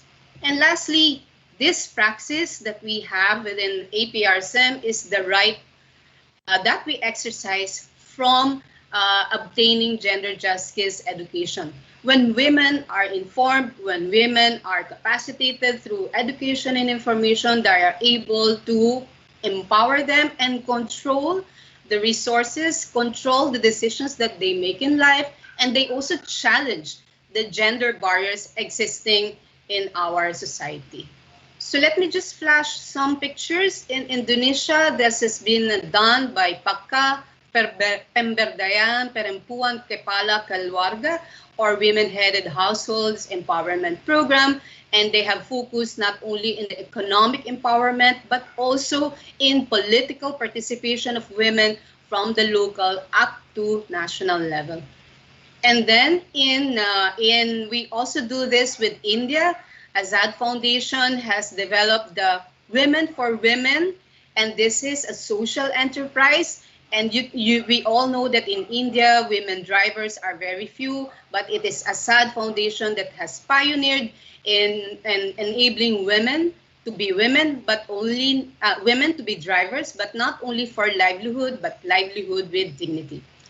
And so I end here. And this is an APRSM. We say that gender just skills education approach is not only an approach for SDG 4, but it intersects with all the other SDGs in Agenda 2030. So thank you so much. And this is our sharing from APRSM from the perspective of marginalized women. Thank you so much. Thank you so much. All very good points, all very well made and all very well noted. So thank you so much, Cecilia, for that intervention.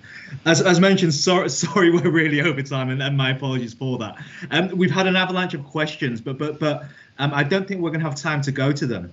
So just in keeping with the objective of this session, which was to feed into intergovernmental meetings such as the high-level political forum, and the development of multi-stakeholder partnerships. I'd like to ask each of our speakers just one question. And again, my apologies, I'd want a very kind of succinct answer from you, maybe a few words or a sentence. And the question is this: what would be your key recommendation to governments, the donor community, or indeed the UN to scale the impact of your work? And I think this is the kind of important to get your insights so Ronnie and I can reflect these and build these into these other intergovernmental sessions.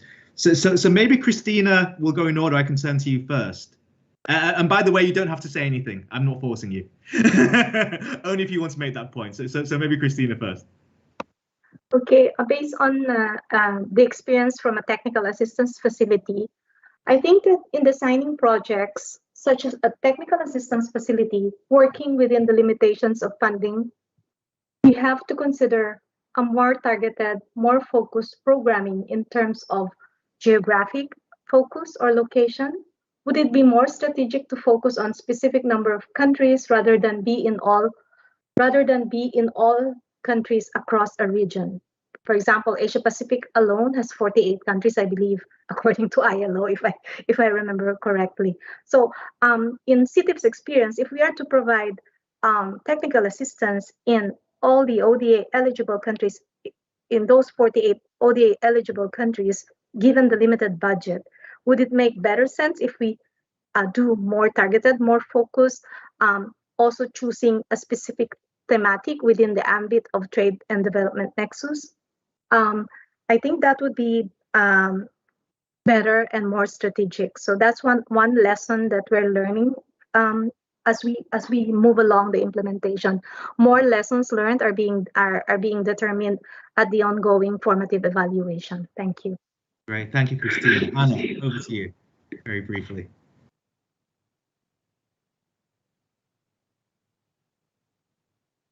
Anna, you're muted. Oh. There we go.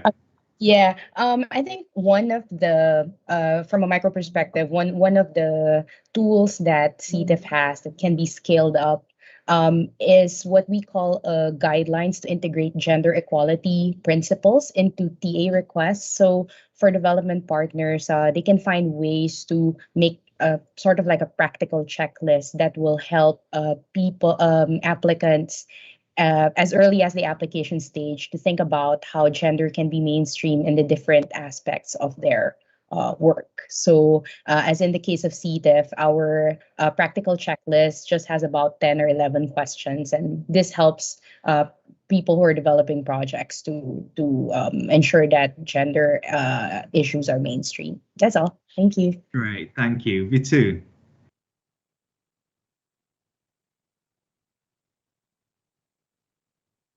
Yatoon, would you like to make any comments on this question? Okay, cool. Emilia, anything from your side? No worries if not. You're muted. There we are. Okay. Yeah, for us in the SMEs, especially in agriculture, the gender empowerment module is very, very helpful for us to promote the gender equality. As I told you before, that most of our SME is not have awareness of gender equality.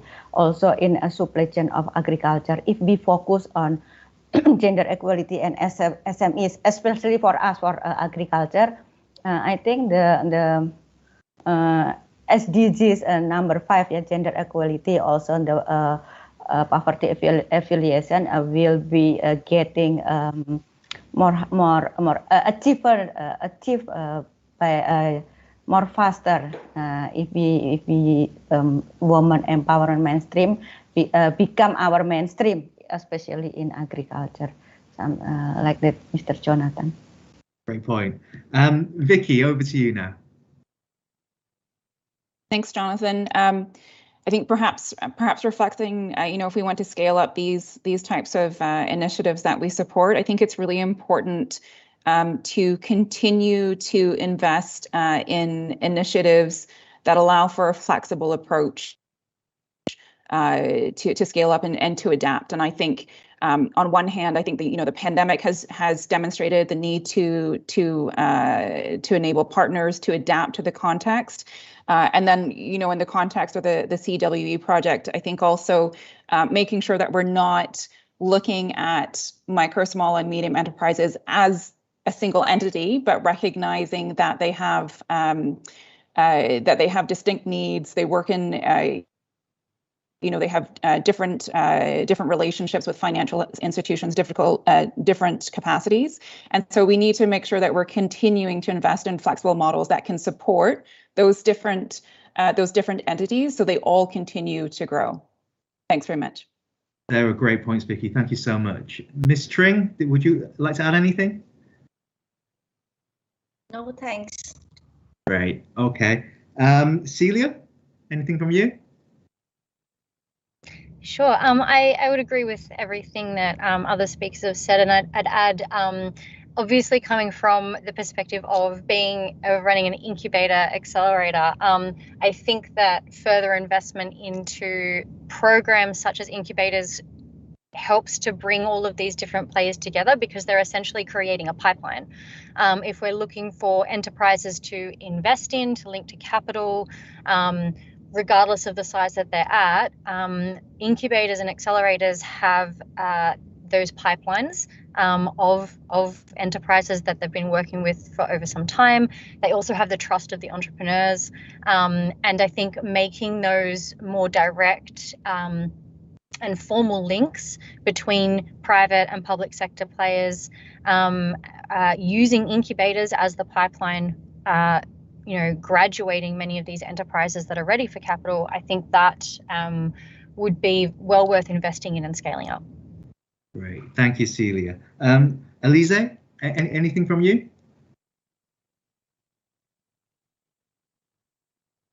You're muted.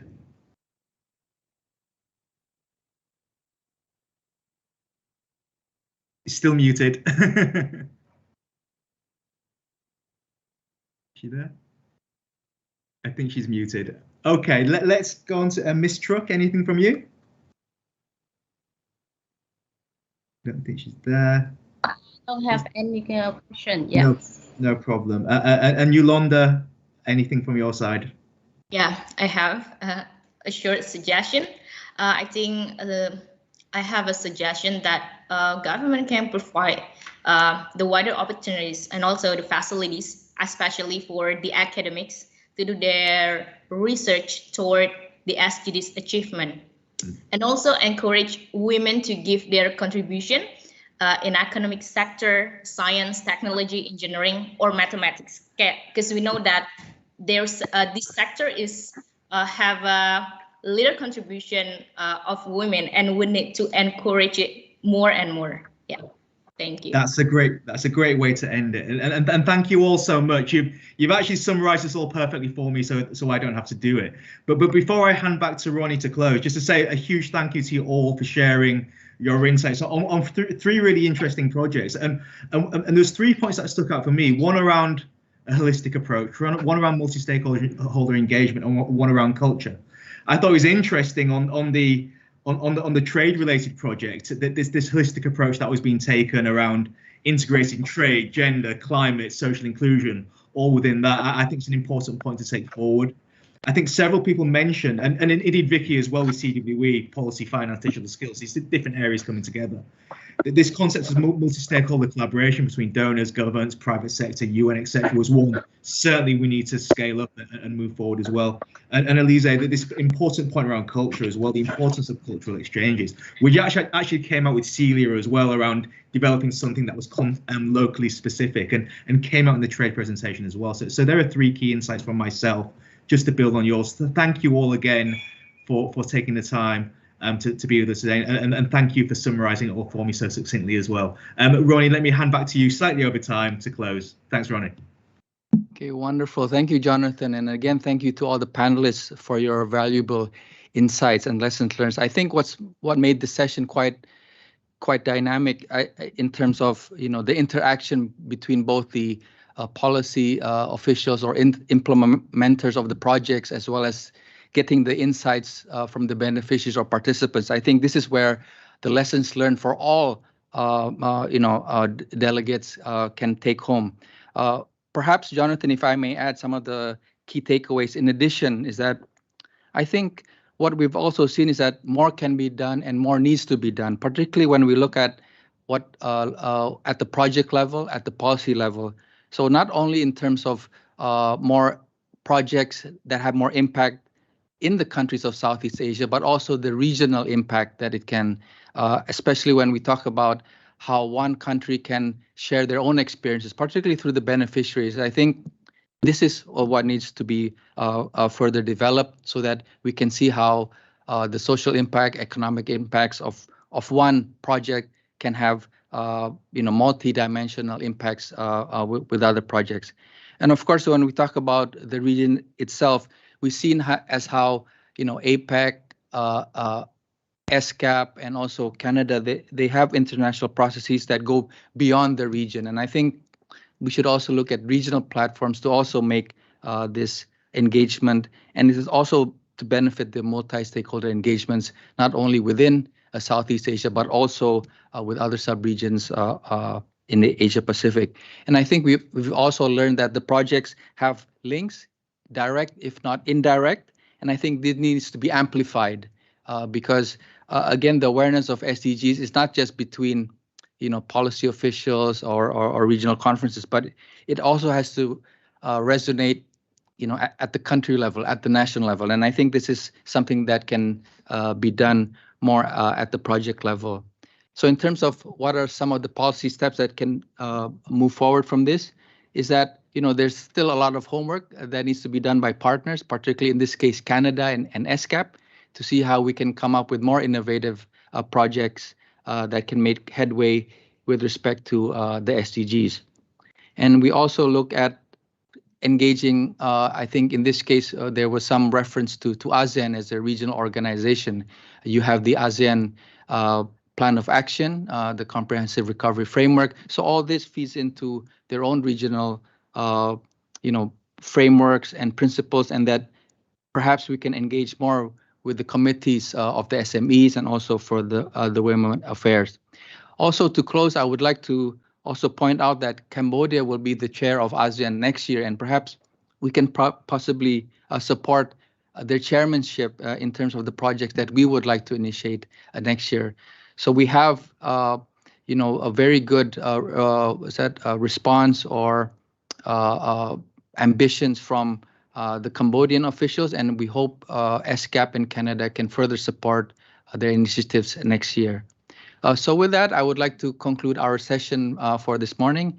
It has indeed been a most enlightening for all of us, and we'd like to thank again Her Excellency Ms. Lei Navin, the Secretary of State, and also Ambassador Deidre Kelly for taking the time to officiate this session. So with that, again, thank you very much. Pleasant good afternoon and good evening to all of you. Thank you. Great. Thanks, Ronnie. Good day. Good evening. Bye-bye.